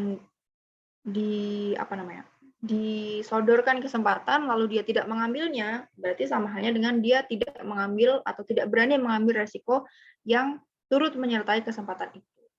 Gitu. Ini cuma perkara bahasa aja sih. Tapi penelaahannya seperti itu. Semoga teman-teman paham ya. Oke, soal selanjutnya. Anda adalah seorang pegawai di bidang kesehatan. Suatu hari datang seseorang yang datang membeli obat tanpa resep. Anda bingung akan memberikannya atau tidak. Setelah mempertimbangkannya, saya akan yang A mengabaikan orang tersebut karena tidak membawa resep, yang B langsung melayani karena resiko ditanggung pembeli, yang C melayaninya dengan baik namun meminta untuk datang kembali membawa resep, yang D meminta teman lain yang melayani karena saya terus ragu dengan pilihan saya. Dan yang terakhir, mengatakan bahwa Anda tidak dapat memenuhi permintaan pembeliannya. Oke, ini juga kalau teman-teman yang sering ikut tryout atau sering baca-baca, sering belajar, pasti tahu tipe-tipe soalan kayak gini itu sering sekali muncul. Entah itu dia datang bawa resep, atau misal dia mengajukan permohonan tapi syaratnya nggak lengkap, atau dia datang tapi di luar jam pelayanan. Nah, ini soal-soal yang mirip. Gimana sih treatment kita untuk menjawab permasalahan seperti ini gitu. Nah, yang perlu kita tahu, apapun apapun keputusan kita, mau kita menerima atau menolak pelayanan itu, pertama harus disampaikan dengan baik. Kedua, gimana caranya kita kita bisa mencari win-win solution gitu. Jadi mungkin tidak bisa memuaskan semua pihak, tapi setidaknya itu sudah pilihan terbaik gitu yang bisa kita lakukan. Kalau yang A mengabaikan orang tersebut sudah pasti enggak. Yang B langsung melayaninya juga enggak. A sama B ini kan kontras sekali ya. Yang satu mengabaikan karena enggak bawa resep. Yang satu melayani karena resiko ditanggung pembeli. Jadi sebenarnya ini sama-sama ekstrim lah ibaratnya. Jadi nggak baik ya, karena tadi yang saya bilang gimana pun harus tetap dengan pelayanan yang baik. Yang C melayaninya dengan baik, namun meminta untuk datang kembali membawa resep. Jadi ini yang lebih ideal, yang sesuai dengan pola pikir kita. Jadi tetap kita layani, tapi kita bilang bahwa mohon maaf, nanti kita nggak bisa kasih resepnya kita nggak bisa kasih obatnya tanpa resep. Silakan untuk datang lagi gitu. Jadi yang paling tinggi skornya tuh yang C. Oke, soal selanjutnya, perusahaan Anda adalah sebuah perusahaan yang terkenal. Oleh karenanya, perusahaan tempat Anda bekerja tersebut sangat sukses. Atasan pun membuka cabang baru di luar kota. Beberapa pegawai dimutasi ke sana termasuk Anda. Apa yang akan Anda lakukan? Yang A, menolak dan minta maaf kepada atasan Anda karena Anda sudah nyaman. Yang B, menerimanya saja dan menganggap ini adalah takdir. Yang C, menerima permintaan atasan karena sudah menjadi resiko tanggung jawab. Yang D, menolak permintaan atasan karena malas harus memulai segalanya dari nol. Yang terakhir, lebih baik jujur dan meminta maaf kepada atasan karena tidak bisa menerima permintaannya. Nah, ini sebenarnya harusnya profesionalisme ya. Karena memang profesionalisme mirip-mirip sama yang tadi, bahwa kita harus siap apapun resikonya selama itu menjadi tantangan atau hal-hal yang harus dihadapi karena kita menduduki suatu jabatan itu, ya maka kita harus terima. Maka pilihan jawaban yang paling tinggi skornya adalah yang C. Menerima permintaan atasan karena sudah menjadi resiko tanggung jawab saya. Oke. Lanjut nomor 28. Anda adalah seseorang yang terkenal pintar di kelas. Seringkali Anda menjawab pertanyaan dan diajak diskusi oleh teman-teman Anda mengenai sesuatu pelajaran tertentu. Suatu ketika, orang yang tidak menyukai Anda terpaksa harus bertanya kepada Anda mengenai hal yang tidak ia pahami. Apa yang akan Anda lakukan? Oke. A, menolongnya walaupun Anda masih merasa kesal dengan perlakuannya dulu. B, tetap menolong sewajar dan seperlunya saja. Yang C, menolaknya karena Anda sudah tidak mau berteman lagi dengannya. Yang D, meminta teman yang lain untuk berdiskusi dengannya. Dan terakhir, memberikan tatapan yang sinis sehingga dia merasa sudah mendekati Anda lagi. Ini mirip-mirip sama yang tadi. Kalau teman-teman ingat, tadi kan ada soal juga kan yang intinya dia sebenarnya nggak suka, tapi harus kerja tadi, yang kerja sama tadi. Ya sama, di profesionalisme juga kita harus menerapkan itu. Gimana caranya kita harus tetap bisa memberikan pekerjaan terbaik, harus tetap profesional, harus bisa mengesampingkan perasaan diri kita. Bukan berarti menutupi perasaan itu ya, cuman ya profesional aja, teman-teman pasti tahu kan, profesional. Nggak gampang tersulut emosi lah. Jadi yang paling tinggi skornya adalah yang A, menolongnya walaupun Anda masih merasa kesal dengan perlakuannya dahulu. Jadi ya kita tetap profesional, nolong aja walaupun sebenarnya keselnya masih ada nih gitu. Cuman kan kesel itu kita kelola sendiri gitu kan. Kita simpen, kita sisihkan dulu. Nomor 29. Saya adalah orang yang suka begadang. Ketika begadang, saya mengerjakan tugas dan mengejar deadline yang saya punya. Akibatnya saya sering kesiangan. Apa yang akan saya lakukan untuk memperbaiki kebiasaan buruk tersebut? Ingat, dia submaterinya teknologi informasi dan komunikasi. Untuk submateri TIK itu biasanya soal-soal itu nanti diminta untuk jawabannya itu yang menunjukkan bahwa kita tuh orangnya mau berkembang, mau belajar, mau memanfaatkan kemajuan teknologi yang ada. Jadi supaya ngelihat kita tuh orangnya gaptek nggak sih gitu. Kita tuh orangnya malas belajar nggak sih gitu. Di TIK itu seperti itu. Nah, dengan memanfaatkan TIK untuk mencegah kebiasaan kita kesiangan, itu yang apa? Maka yang pasti adalah jawabannya yang B. Memasang alarm di smartphone sesuai jam bangun tidur. Karena memanfaatkan kecanggihan teknologi. Lanjut, nomor 30. Pagi ini saya berangkat ke kantor menggunakan motor kesayangan saya. Di tengah perjalanan, tiba-tiba motor saya mogok. Saya pun membawanya ke bengkel terdekat. Namun, jam masuk kerja sebentar lagi habis. Saya tidak ingin terlambat. Apa yang akan saya lakukan? Yang A. Segera mengabari atasan melalui pesan WhatsApp atau email. Yang B. Meminta tolong kepada rekan kerja menyampaikan permintaan maaf kepada atasan. Yang C. Meminta rekan kerja berbohong kepada atasan dengan alasan tertentu. Yang D. Mencoba memesan ojek online dan berangkat ke kantor. Yang terakhir, berdiam diri di bengkel karena tidak mau meninggalkan motor kesayangan Anda. Yang ada kaitannya dengan TIK itu ada di pilihan jawaban yang A sama yang C. Oke, pilihan jawaban yang skornya 5, yang D ya tadi, mencoba memesan ojek online. Yang D, itu skornya lebih tinggi, karena dia lebih solutif. Jadi yang A sama yang D kan sama-sama memanfaatkan kecanggihan teknologi ya. Yang A itu menggunakan pesan WhatsApp, yang D ojek online. Cuman di sini lebih solutif yang D, karena kan motornya mogok, tapi dia nggak mau telat ke kantor. Ya udah pesan ojek online aja gitu. Sampai di sini ada pertanyaan teman-teman? Kita kurang 15 soal lagi ya. Semangat-semangat.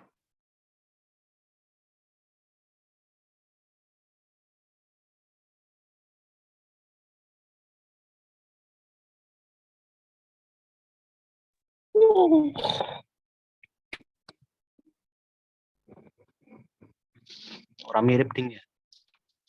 Cara mau mirip. Tapi pas saya mirip menden. Tegune.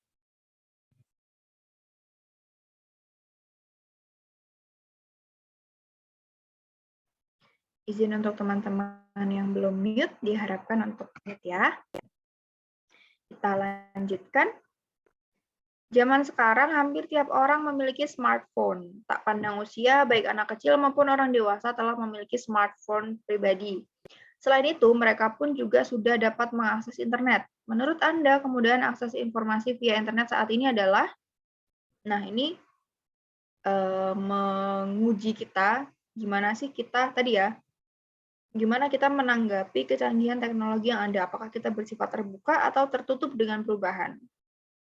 Maka yang teman-teman harus perhatikan adalah pilihlah pilihan jawaban yang menunjukkan sikap kita mau terus berkembang dan mau mengikuti perkembangan zaman. Yang A, menguntungkan karena bisa membuat tahu mengenai banyak hal. Yang B, memperluas wawasan dan meningkatkan keilmuan. Yang D, berisiko tinggi mengganggu hubungan interpersonal. Yang D, bergantung pada pemakaian sang pengguna. Dan terakhir, memudahkan kita belajar otodidak dan mandiri.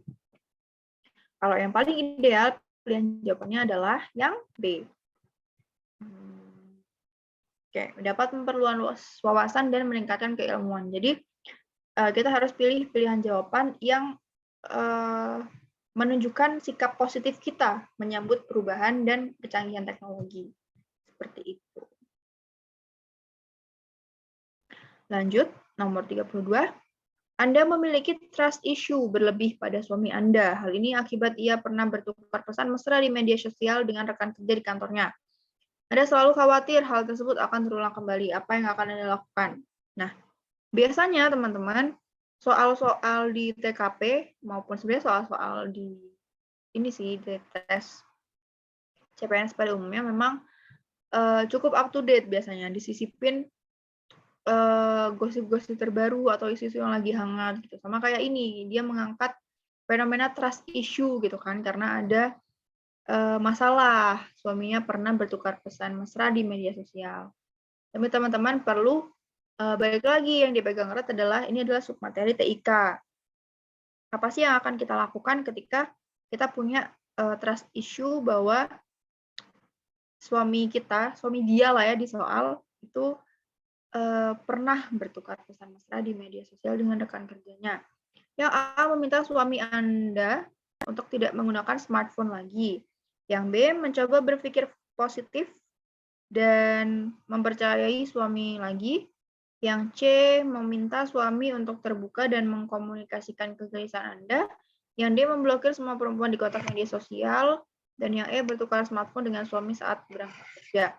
Sebenarnya kalau soal ini nggak ada pilihan jawaban yang apa ya, yang paling tepat sasaran gitu, yang melibatkan TIK. Jadi kalau dari saya pribadi, pilihan jawabannya yang paling ideal yang C, walaupun terkesan mana TIK-nya gitu kan. Cuman yang paling ideal adalah meminta suami untuk terbuka dan mengkomunikasikan kegelisahan Anda. Mungkin kalau dikaitkan dengan soal yang tadi, kenapa kok nggak yang D gitu misal, memblokir semua perempuan di kontak media sosial. Ini kan memanfaatkan TIK gitu.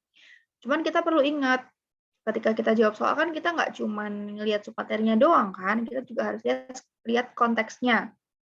Konteksnya tadi, gimana sih kita menyikapi suatu masalah yang timbul karena TIK, gitu kan?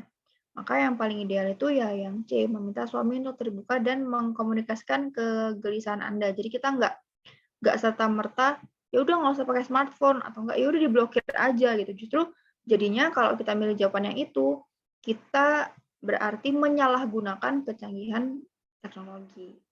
Gitu. Oke?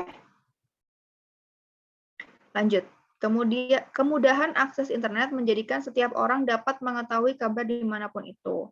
Berita-berita hangat kompak dibicarakan oleh setiap kalangan yang update mengenainya. Tak terkecuali dalam lingkungan kerja Anda. Kabar hangat akan selalu dibahas pada jam istirahat sebagai topik pembicaraan yang seru. Menurut rekan kerja, dalam menanggapi informasi baru, Anda dikenal sebagai orang yang apa nih? Pilihan jawaban yang A, mendengarkan dan menyimak dengan baik kabar hangat yang dibicarakan. Yang B, selalu memberikan informasi terkini yang seru dan menarik. Yang C, tidak mudah percaya mengenai informasi yang diberikan dan berusaha cross-check. Yang D, beberapa kali meragukan informasi yang disampaikan rekan kerja yang tidak begitu akrab. Dan yang E, cuek terhadap perkembangan informasi yang ada. Nah, dari baca aja udah ini ya, udah teman-teman udah bisa lihat jawaban yang ideal itu yang mana. Pilihan jawaban yang ideal adalah pilihan jawaban yang C. Tidak mudah percaya mengenai informasi yang diberikan dan berusaha cross-check. Jadi selain TIK itu erat kaitannya dengan pemanfaatan teknologi, juga sering mengangkat isu-isu mengenai hoax gitu. Mengenai apa? Selain hoax apa sih? Misalkan kayak cyber apa biasanya? Cybercrime. Terus ya pokoknya hal-hal di seputaran TIK-nya gitu loh, nggak cuma tentang alat komunikasinya atau sistem komunikasinya.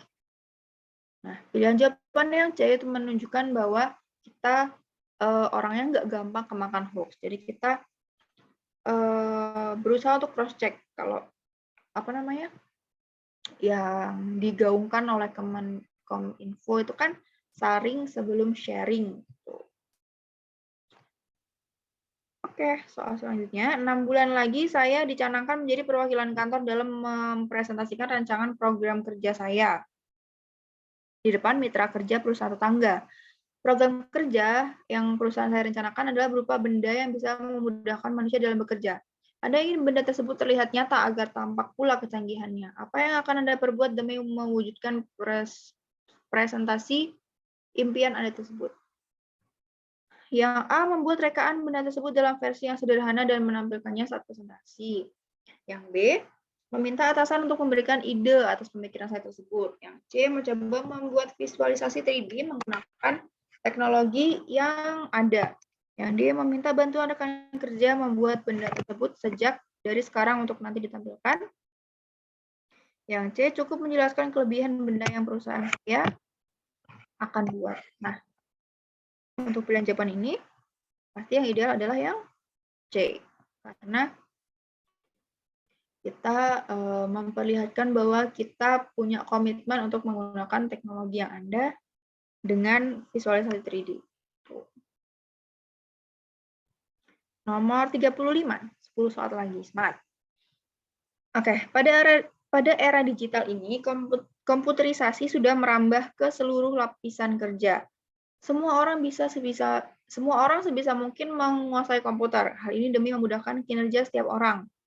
Yang akan saya lakukan adalah yang A, segera mempelajari komputer apabila kantor perusahaan telah memerintahkan. Yang B, tidak acuh. Yang C, meminta atasan untuk mengadakan pelatihan IT.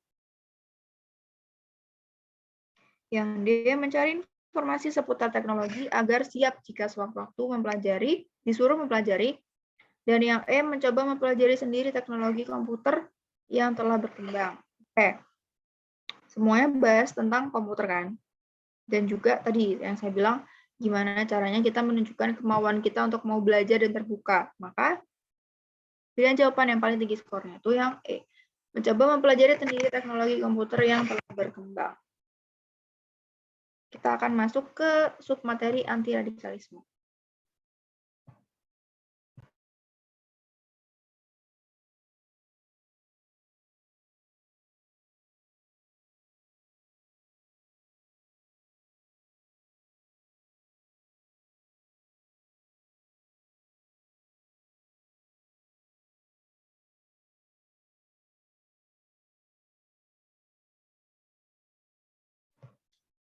Oke, teman-teman, saya izin sambil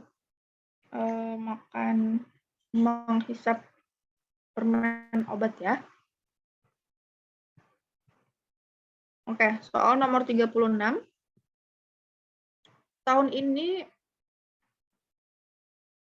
ini Anda harus berkuliah di kampus yang mayoritas berbeda agama dengan Anda. Jujur Anda merasa kurang nyaman dan takut menjadi minoritas. Namun tidak ada pilihan lain selain berkuliah di sana. Apa yang akan Anda lakukan? Yang A, berusaha membaur dengan lingkungan kampus, pasti Anda bisa terbiasa karenanya. Yang B, mencoba mempelajari agama mayoritas tersebut agar bisa menempatkan diri dengan baik. Yang C, lebih memilih menyendiri agar tidak terpengaruh dengan agama mereka. Yang D, mencari teman yang satu agama dengan Anda saja. Yang E, tujuan Anda di sini adalah menimba ilmu, maka Anda tidak acuh dengan perbedaan tersebut. Nah, anti-radikalisme ini agak mirip sama sosial budaya. Teman-teman harus bisa mengedepankan sikap toleransi, terbuka, kemudian tidak merasa eksklusif, kemudian juga tidak melakukan diskriminasi tidak melakukan hal-hal yang berbau diskriminatif. Itu yang harus teman-teman perhatikan. Jadi, untuk soal ini, maka pilihan jawaban yang paling ideal adalah yang A, berusaha membaur dengan lingkungan kampus, pasti Anda bisa terbiasa. Karena kalau yang lain, teman-teman jangan terkecoh sama pilihan jawaban yang B, mencoba mempelajari agama mayoritas tersebut agar bisa menempatkan diri dengan baik. Bukan berarti ketika kita bersifat terbuka, open-minded, terus kemudian kita harus ngikutin agama itu, gitu. Jadi, toleransi kan juga ada batasnya ya. Jadi di anti-radikalisme itu, ya kita tidak berpikir secara radikal, gitu. Kita cukup memahami adanya perbedaan dan juga mengedepankan sisi inklusivitas. Intinya di situ kalau radikalisme ya, anti-radikalisme, sorry. Oke, nomor 37. Anda adalah seorang yang terlahir dari keluarga yang agamis. Kebetulan Anda adalah orang yang beragama Islam dan semua perempuan di keluarga Anda berhijab atau berjilbab. Suatu ketika, calon adik ipar Anda datang ke rumah tanpa menggunakan jilbab meskipun ia beragama Islam. Apa yang akan Anda lakukan? Teman-teman perlu perhatikan. Ketika nanti mengerjakan soal, sebisa mungkin gimana caranya mencoba untuk berkepala dingin ya. Jadi kalau misalkan ada satu agama yang di state atau disebutkan, jangan langsung bereaksi, jangan langsung kayak, ini maksudnya apa nih pertanyaannya, jangan terlalu merasa terintimidasi gitu. Ya udah, kita bersifat netral aja gitu, kerjakan soalnya sebaik mungkin dengan pilihan jawaban yang paling rasional. Di sini kan masalahnya Anda dibesarkan dari keluarga Islam dan semua perempuan di keluarga Anda berjilbab. Nah, ternyata kita dihadapkan dengan masalah, di sini maksudnya kasusnya ya, bahwa ada calon adik ipar yang datang tanpa jilbab. Gimana sih gitu? Karena tadi sudah saya jelaskan aspek-aspek yang perlu dipertimbangkan dalam menjawab soal anti radikalisme, maka harus mengedepankan sisi toleransi. Dan itu ada di pilihan jawaban yang D. Maklumi calon adik ipar Anda dan menghargai keputusannya. Sudah paling benar. Oke. Lanjut.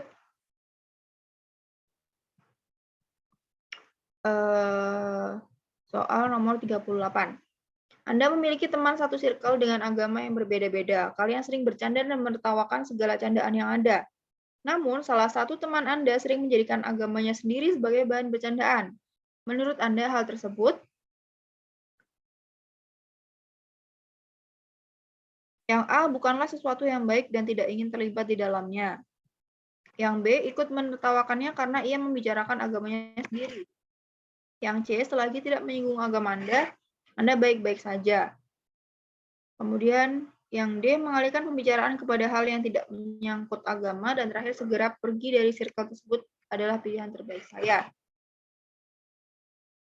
Oke, jadi di sini kan masalahnya ada benturan ya, ada benturan antara sosial dan agama. Ketika terjadi hal yang seperti ini, maka jalan terbaiknya adalah bersikap netral.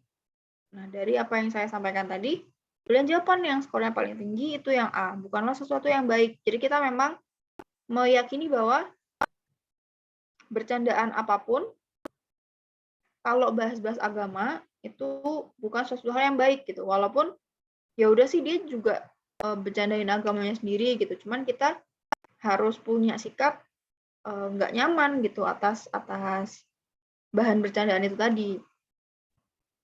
Dan tidak ingin terlibat di dalamnya. Oke?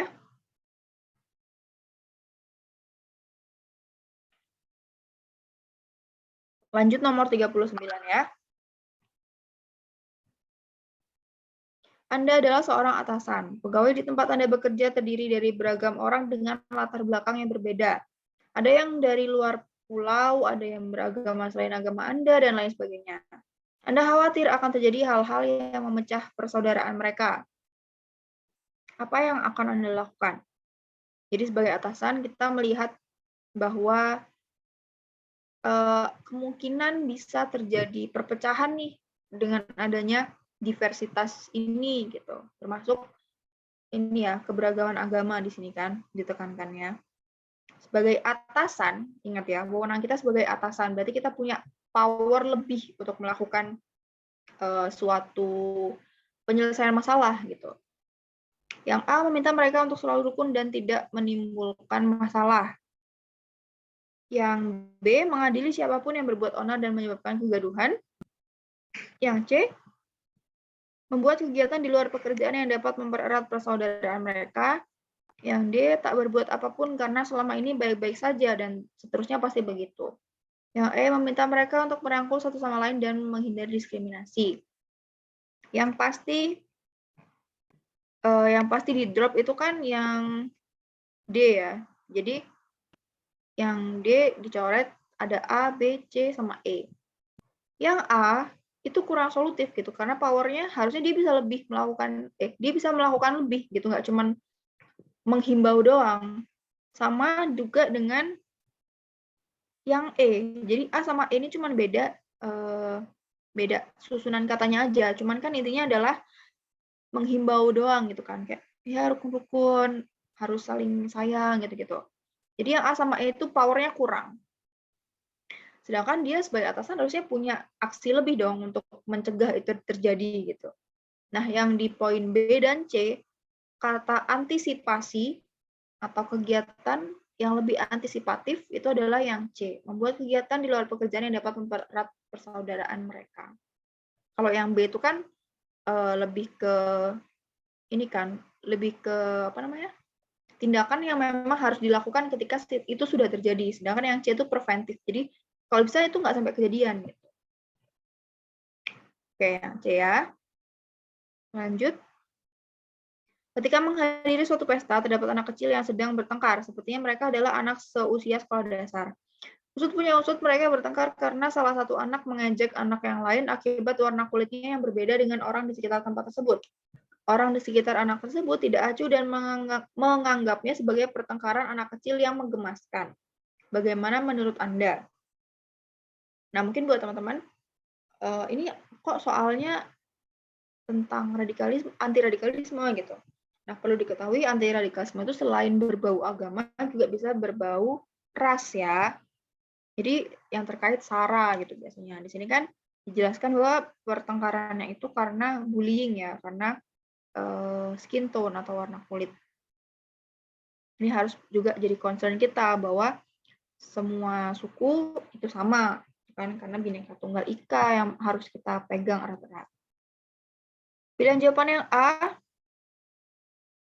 anak tersebut harus diberitahu bahwa yang dilakukannya adalah tindakan diskriminasi dan diskriminasi merupakan hal yang buruk. Kemudian yang B, anak tersebut seharusnya segera diberitahu bahwa tindakannya tidak benar dan harus diajarkan untuk menghargai sesama. Yang C, anak tersebut seharusnya segera diberi hukuman agar tidak lagi melakukan hal yang sama. Yang D, cukup melihat dari kejauhan berharap anak Anda tidak melakukan hal seperti itu kepada orang lain. Yang terakhir, segera melerai kedua anak tersebut dan meminta orang tuanya untuk menasihati mereka. Yang C, itu kurang ideal karena dia nggak ngasih sesuatu yang lebih gitu kan. Cuma diberi hukuman, dan di sini kan kita juga bukan siapa-siapa kan. Jadi ini bukan sesuatu hal yang bisa jadi wewenang kita. Yang C kita drop, yang D juga kita drop, tinggal A, B, dan E.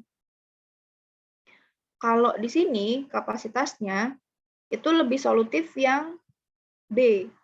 Karena kita dikasih A sama B kan mirip tuh. Sama-sama dikasih tahu, kita ngasih edukasi ke mereka bahwa itu nggak boleh.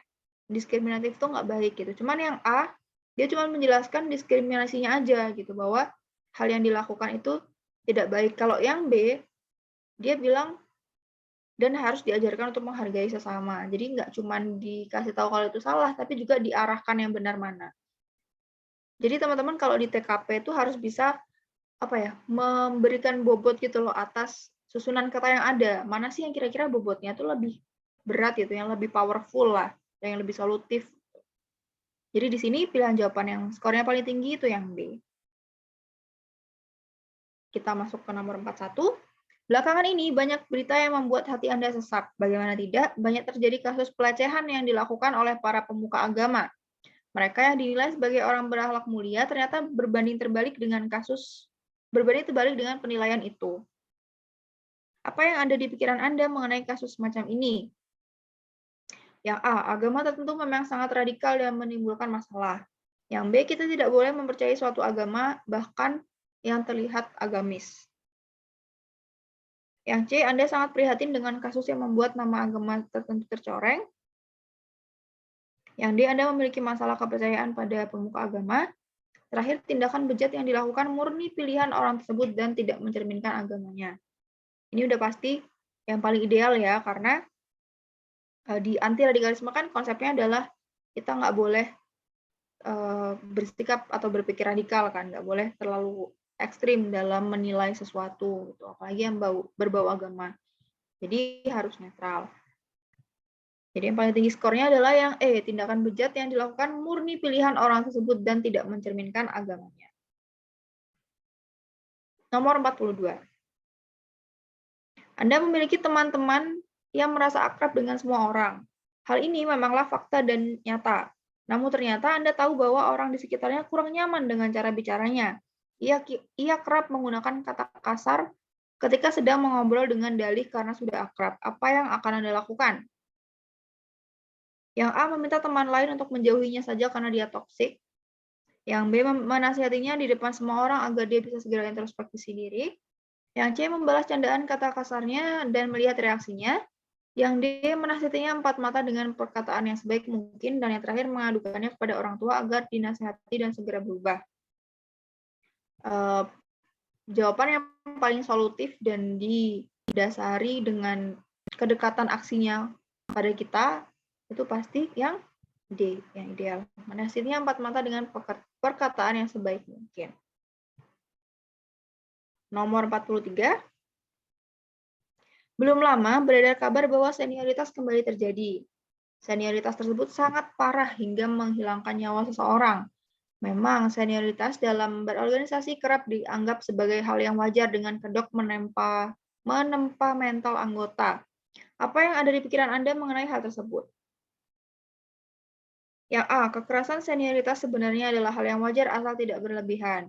B, menempa mental seseorang bukanlah tanggung jawab orang lain. Yang C, lebih baik kita menghindari organisasi yang melibatkan kasus tersebut. Yang D, turut prihatin dan merasa sedih dengan kejadian yang terjadi. Yang E, mengecam budaya senioritas dan mengusulkan cara lain untuk melalui mental. Yang A udah pasti salah. Yang B bisa jadi betul, tapi tidak solutif. Terus yang C juga kurang solutif ya. Yang D sama, dia cuman reaksi kita doang. Jadi yang paling ideal adalah yang E. Mengecam budaya senioritas dan mengusulkan cara lain untuk melatih mental. Jadi kita nggak cuma bereaksi atas apa yang sudah terjadi, tapi kita berusaha untuk melakukan sesuatu supaya bisa merubah keadaan. Gitu. Semoga teman-teman dapat ya cara berpikirnya. Kenapa kok ini, kenapa kok itu, kenapa kok kata-kata ini ternyata kalah kalau dibandingkan kata-kata yang seperti ini. Gitu. Karena poin TKP adalah challenge-nya di situ. Kalau misalkan TIU kan teman-teman ngitung, teman-teman belajar konsep analogi, kemudian ada bahasa Indonesia kan, cara apa namanya, soal-soal cerita. Di TWK teman-teman di challenge-nya adalah harus bisa seluas mungkin mengetahui pelajaran atau sejarah-sejarah yang ada. Nah, kalau di TKP walaupun terkesannya gampang, tapi ya itu tadi ada seninya sendiri. Itu yang perlu teman-teman perhatikan. Nomor 44. Kasus seseorang membuat komunitas lalu berkeinginan memisahkan diri dari negara, rasanya tak henti-hentinya terjadi. Kejadian tersebut seakan menjadi masalah tiap tahun yang selalu ada dan tak kunjung reda. Anda merasa heran tiap kali mendengar pemberitaan semacam itu. Apa yang Anda pikirkan mengenai orang-orang tersebut? Yang A, menurut Anda orang tersebut hanyalah sekumpulan orang kurang berilmu. Yang B, menurut Anda orang tersebut hanyalah sekumpulan orang yang haus atensi. Yang C, menurut Anda orang tersebut hanyalah sekumpulan orang yang tidak memiliki pekerjaan. Yang D, menurut Anda orang tersebut dapat mengancam keutuhan bangsa dan harus segera ditindak. Yang terakhir, menurut Anda orang tersebut harus segera mendapat hukuman karena melakukan tindakan yang salah. Nah, kalau dari pilihan jawabannya yang A, B, dan C itu kan kita nggak mendukung, cuman alasannya itu kurang apa ya, kurang valid gitu. Yang A dibilang cuman kurang berilmu, yang B dibilang haus atensi, yang C orang yang nggak punya kerjaan gitu. Sedangkan masalah adanya komunitas yang ingin memisahkan diri, nanti kan akan terjadi disintegrasi gitu kan. Maka disintegrasi itu merupakan suatu ancaman nasional. Penting banget harus kita fokuskan. Maka pilihan jawaban yang kurang paling tinggi itu yang D. Harus diseriusin gitu. Kelompok atau komunitas itu atau orang tersebut dapat mengancam keutuhan bangsa dan harus segera ditindak. Jadi yang D sama E kan mirip-mirip ya. Sama-sama harus dihukum. Cuman yang D itu menunjukkan concern kita atau fokus kita bahwa nggak boleh ini adalah sesuatu yang dapat mengancam keutuhan bangsa. Jadi lebih apa ya? Ya teman-teman semoga bisa lah ya merasakan bahwa dia bobotnya lebih tinggi gitu. Oke. Pertanyaan terakhir, soal ke-45. Anda sering belanja di supermarket terdekat dari rumah Anda. Namun beberapa hari supermarket tersebut tutup. Terpaksa Anda harus pergi ke supermarket lain yang tak jauh dari situ. Ketika membayar belanjaan, kasir menawarkan uang kembalian untuk didonasikan. Ternyata donasi tersebut ditujukan untuk kegiatan suatu komunitas dari agama tertentu. Apa yang ada di pikiran Anda? Yang A, mencurigai komunitas agama tersebut tempat disalurkannya donasi tersebut. B, tidak mendonasikan uang karena bukan urusan komunitas agama Anda. Yang C, lebih baik uang kembalian tersebut saya ambil saja untuk mencari aman. Yang D, memutuskan berdonasi setelah mengetahui kegiatan komunitas yang butuh penggalangan dana. Yang E, langsung mendonasikan uang tersebut karena menurut Anda semua tergantung niat hati Anda. Kalau yang A, B, sama C udah jelas, dia pasti bukan pilihan jawaban yang terbaik ya. Mau itu dia skornya nanti 4, 3, 2, 1, yang jelas bukan itu yang skornya 5. Jadi teman-teman, pertimbangannya antara yang D sama yang E. Mau memutuskan berdonasi setelah mengetahui kegiatan komunitas itu atau langsung mendonasikan uang itu. Nah, yang lebih ideal itu adalah pilihan jawaban yang D. Memutuskan berdonasi setelah mengetahui kegiatan komunitas yang butuh penggalangan dana. Jadi kita nggak kepancing sama ibaratnya embel-embel agama itu. Jadi kita fokusnya adalah kita melakukan donasi atas kegiatan yang dilakukan gitu pada penggalangan dana itu. Oke, alhamdulillahirobbilalamin. Kita sudah menyelesaikan 45 soal bahas dalam kurun waktu hampir 2 jam ya teman-teman. Ternyata semoga nanti kita bisa jadi bahan evaluasi juga. Mungkin apakah kedepannya seperti apa, nanti teman-teman juga silakan sampaikan feedback-nya. Misalkan mungkin kita perlu menyempitkan kuantitas soalnya mungkin supaya lebih mendalam atau gimana, nanti bisa kita sampaikan atau kita bahas di kemudian hari, oke, di pertemuan selanjutnya. Nah, buat teman-teman,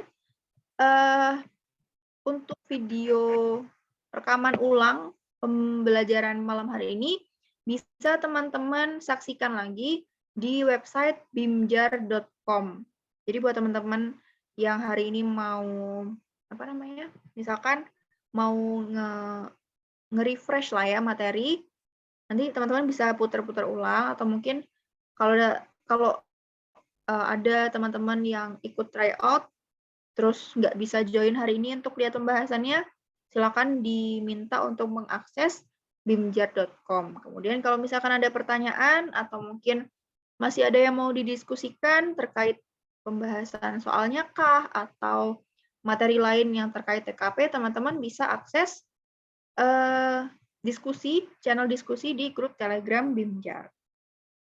Oke, terakhir mungkin saya akan sampaikan sedikit quotes dari Kobe Bryant ya. Dia bilang bahwa I focus on one thing and one thing only. That's trying to win as many championship as I can. Jadi si Kobe Bryant tuh dia selalu ngelihat apa yang ada di depan dia. Dia selalu berusaha untuk memberikan yang terbaik yang ada di depan mata dia. Jadi sebelum dia melangkah jauh, dia akan memastikan bahwa langkah setelah ini, satu langkah di depan dia itu udah dia lakukan dengan sangat berhati-hati dan sangat baik. Akibatnya apa? Ketika teman-teman selalu menganggap semuanya itu penting dan melakukan yang terbaik di setiap kesempatan, ya harapannya teman-teman bisa memenangkan seluruh perlombaan gitu. Jadi ketika si Kobe Bryant ini fokus on one thing and one thing only, dia bisa win as many championship as he can gitu. Jadi ini berlaku juga buat teman-teman ketika mengerjakan tryout gitu. Bukan berarti ketika tryout itu ya udah asal-asalan, nanti kan ada pembahasannya juga, toh ini belum serius gitu. Harapannya saat tryout itu gimana caranya teman-teman bisa mengkondisikan bahwa itu beneran tes gitu, supaya teman-teman bisa terbiasa dengan ambience-nya, terbiasa dengan tekanannya gitu. Jadi nggak kaget nanti waktu tes beneran. Mungkin itu aja dari saya. Mohon maaf apabila ada kesalahan tutur kata maupun sikap. Maaf karena ternyata malam ini tenggorokannya kurang enak, jadi sering minum dan sempat menghisap obat tadi. Semoga teman-teman tidak mengurangi semangat belajar teman-teman malam hari ini. Itu aja mungkin untuk masalah teknis yang berkaitan dengan kegiatan pembelajaran. Silakan disampaikan ke panitia, ke Mas Didi mungkin atau orang-orang yang ada di Telegram. Sebelum mengakhiri kelas, marilah kita tutup dengan doa. Doa saya pimpin, doa dipersilakan.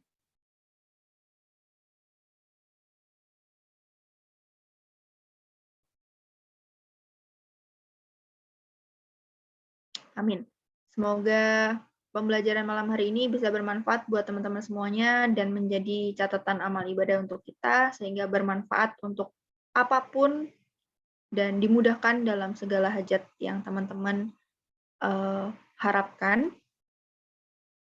Sampai bertemu di kesempatan selanjutnya, ditunggu kabar baiknya. Saya tutup. Selamat malam. Wassalamualaikum warahmatullahi wabarakatuh. Terima kasih semuanya.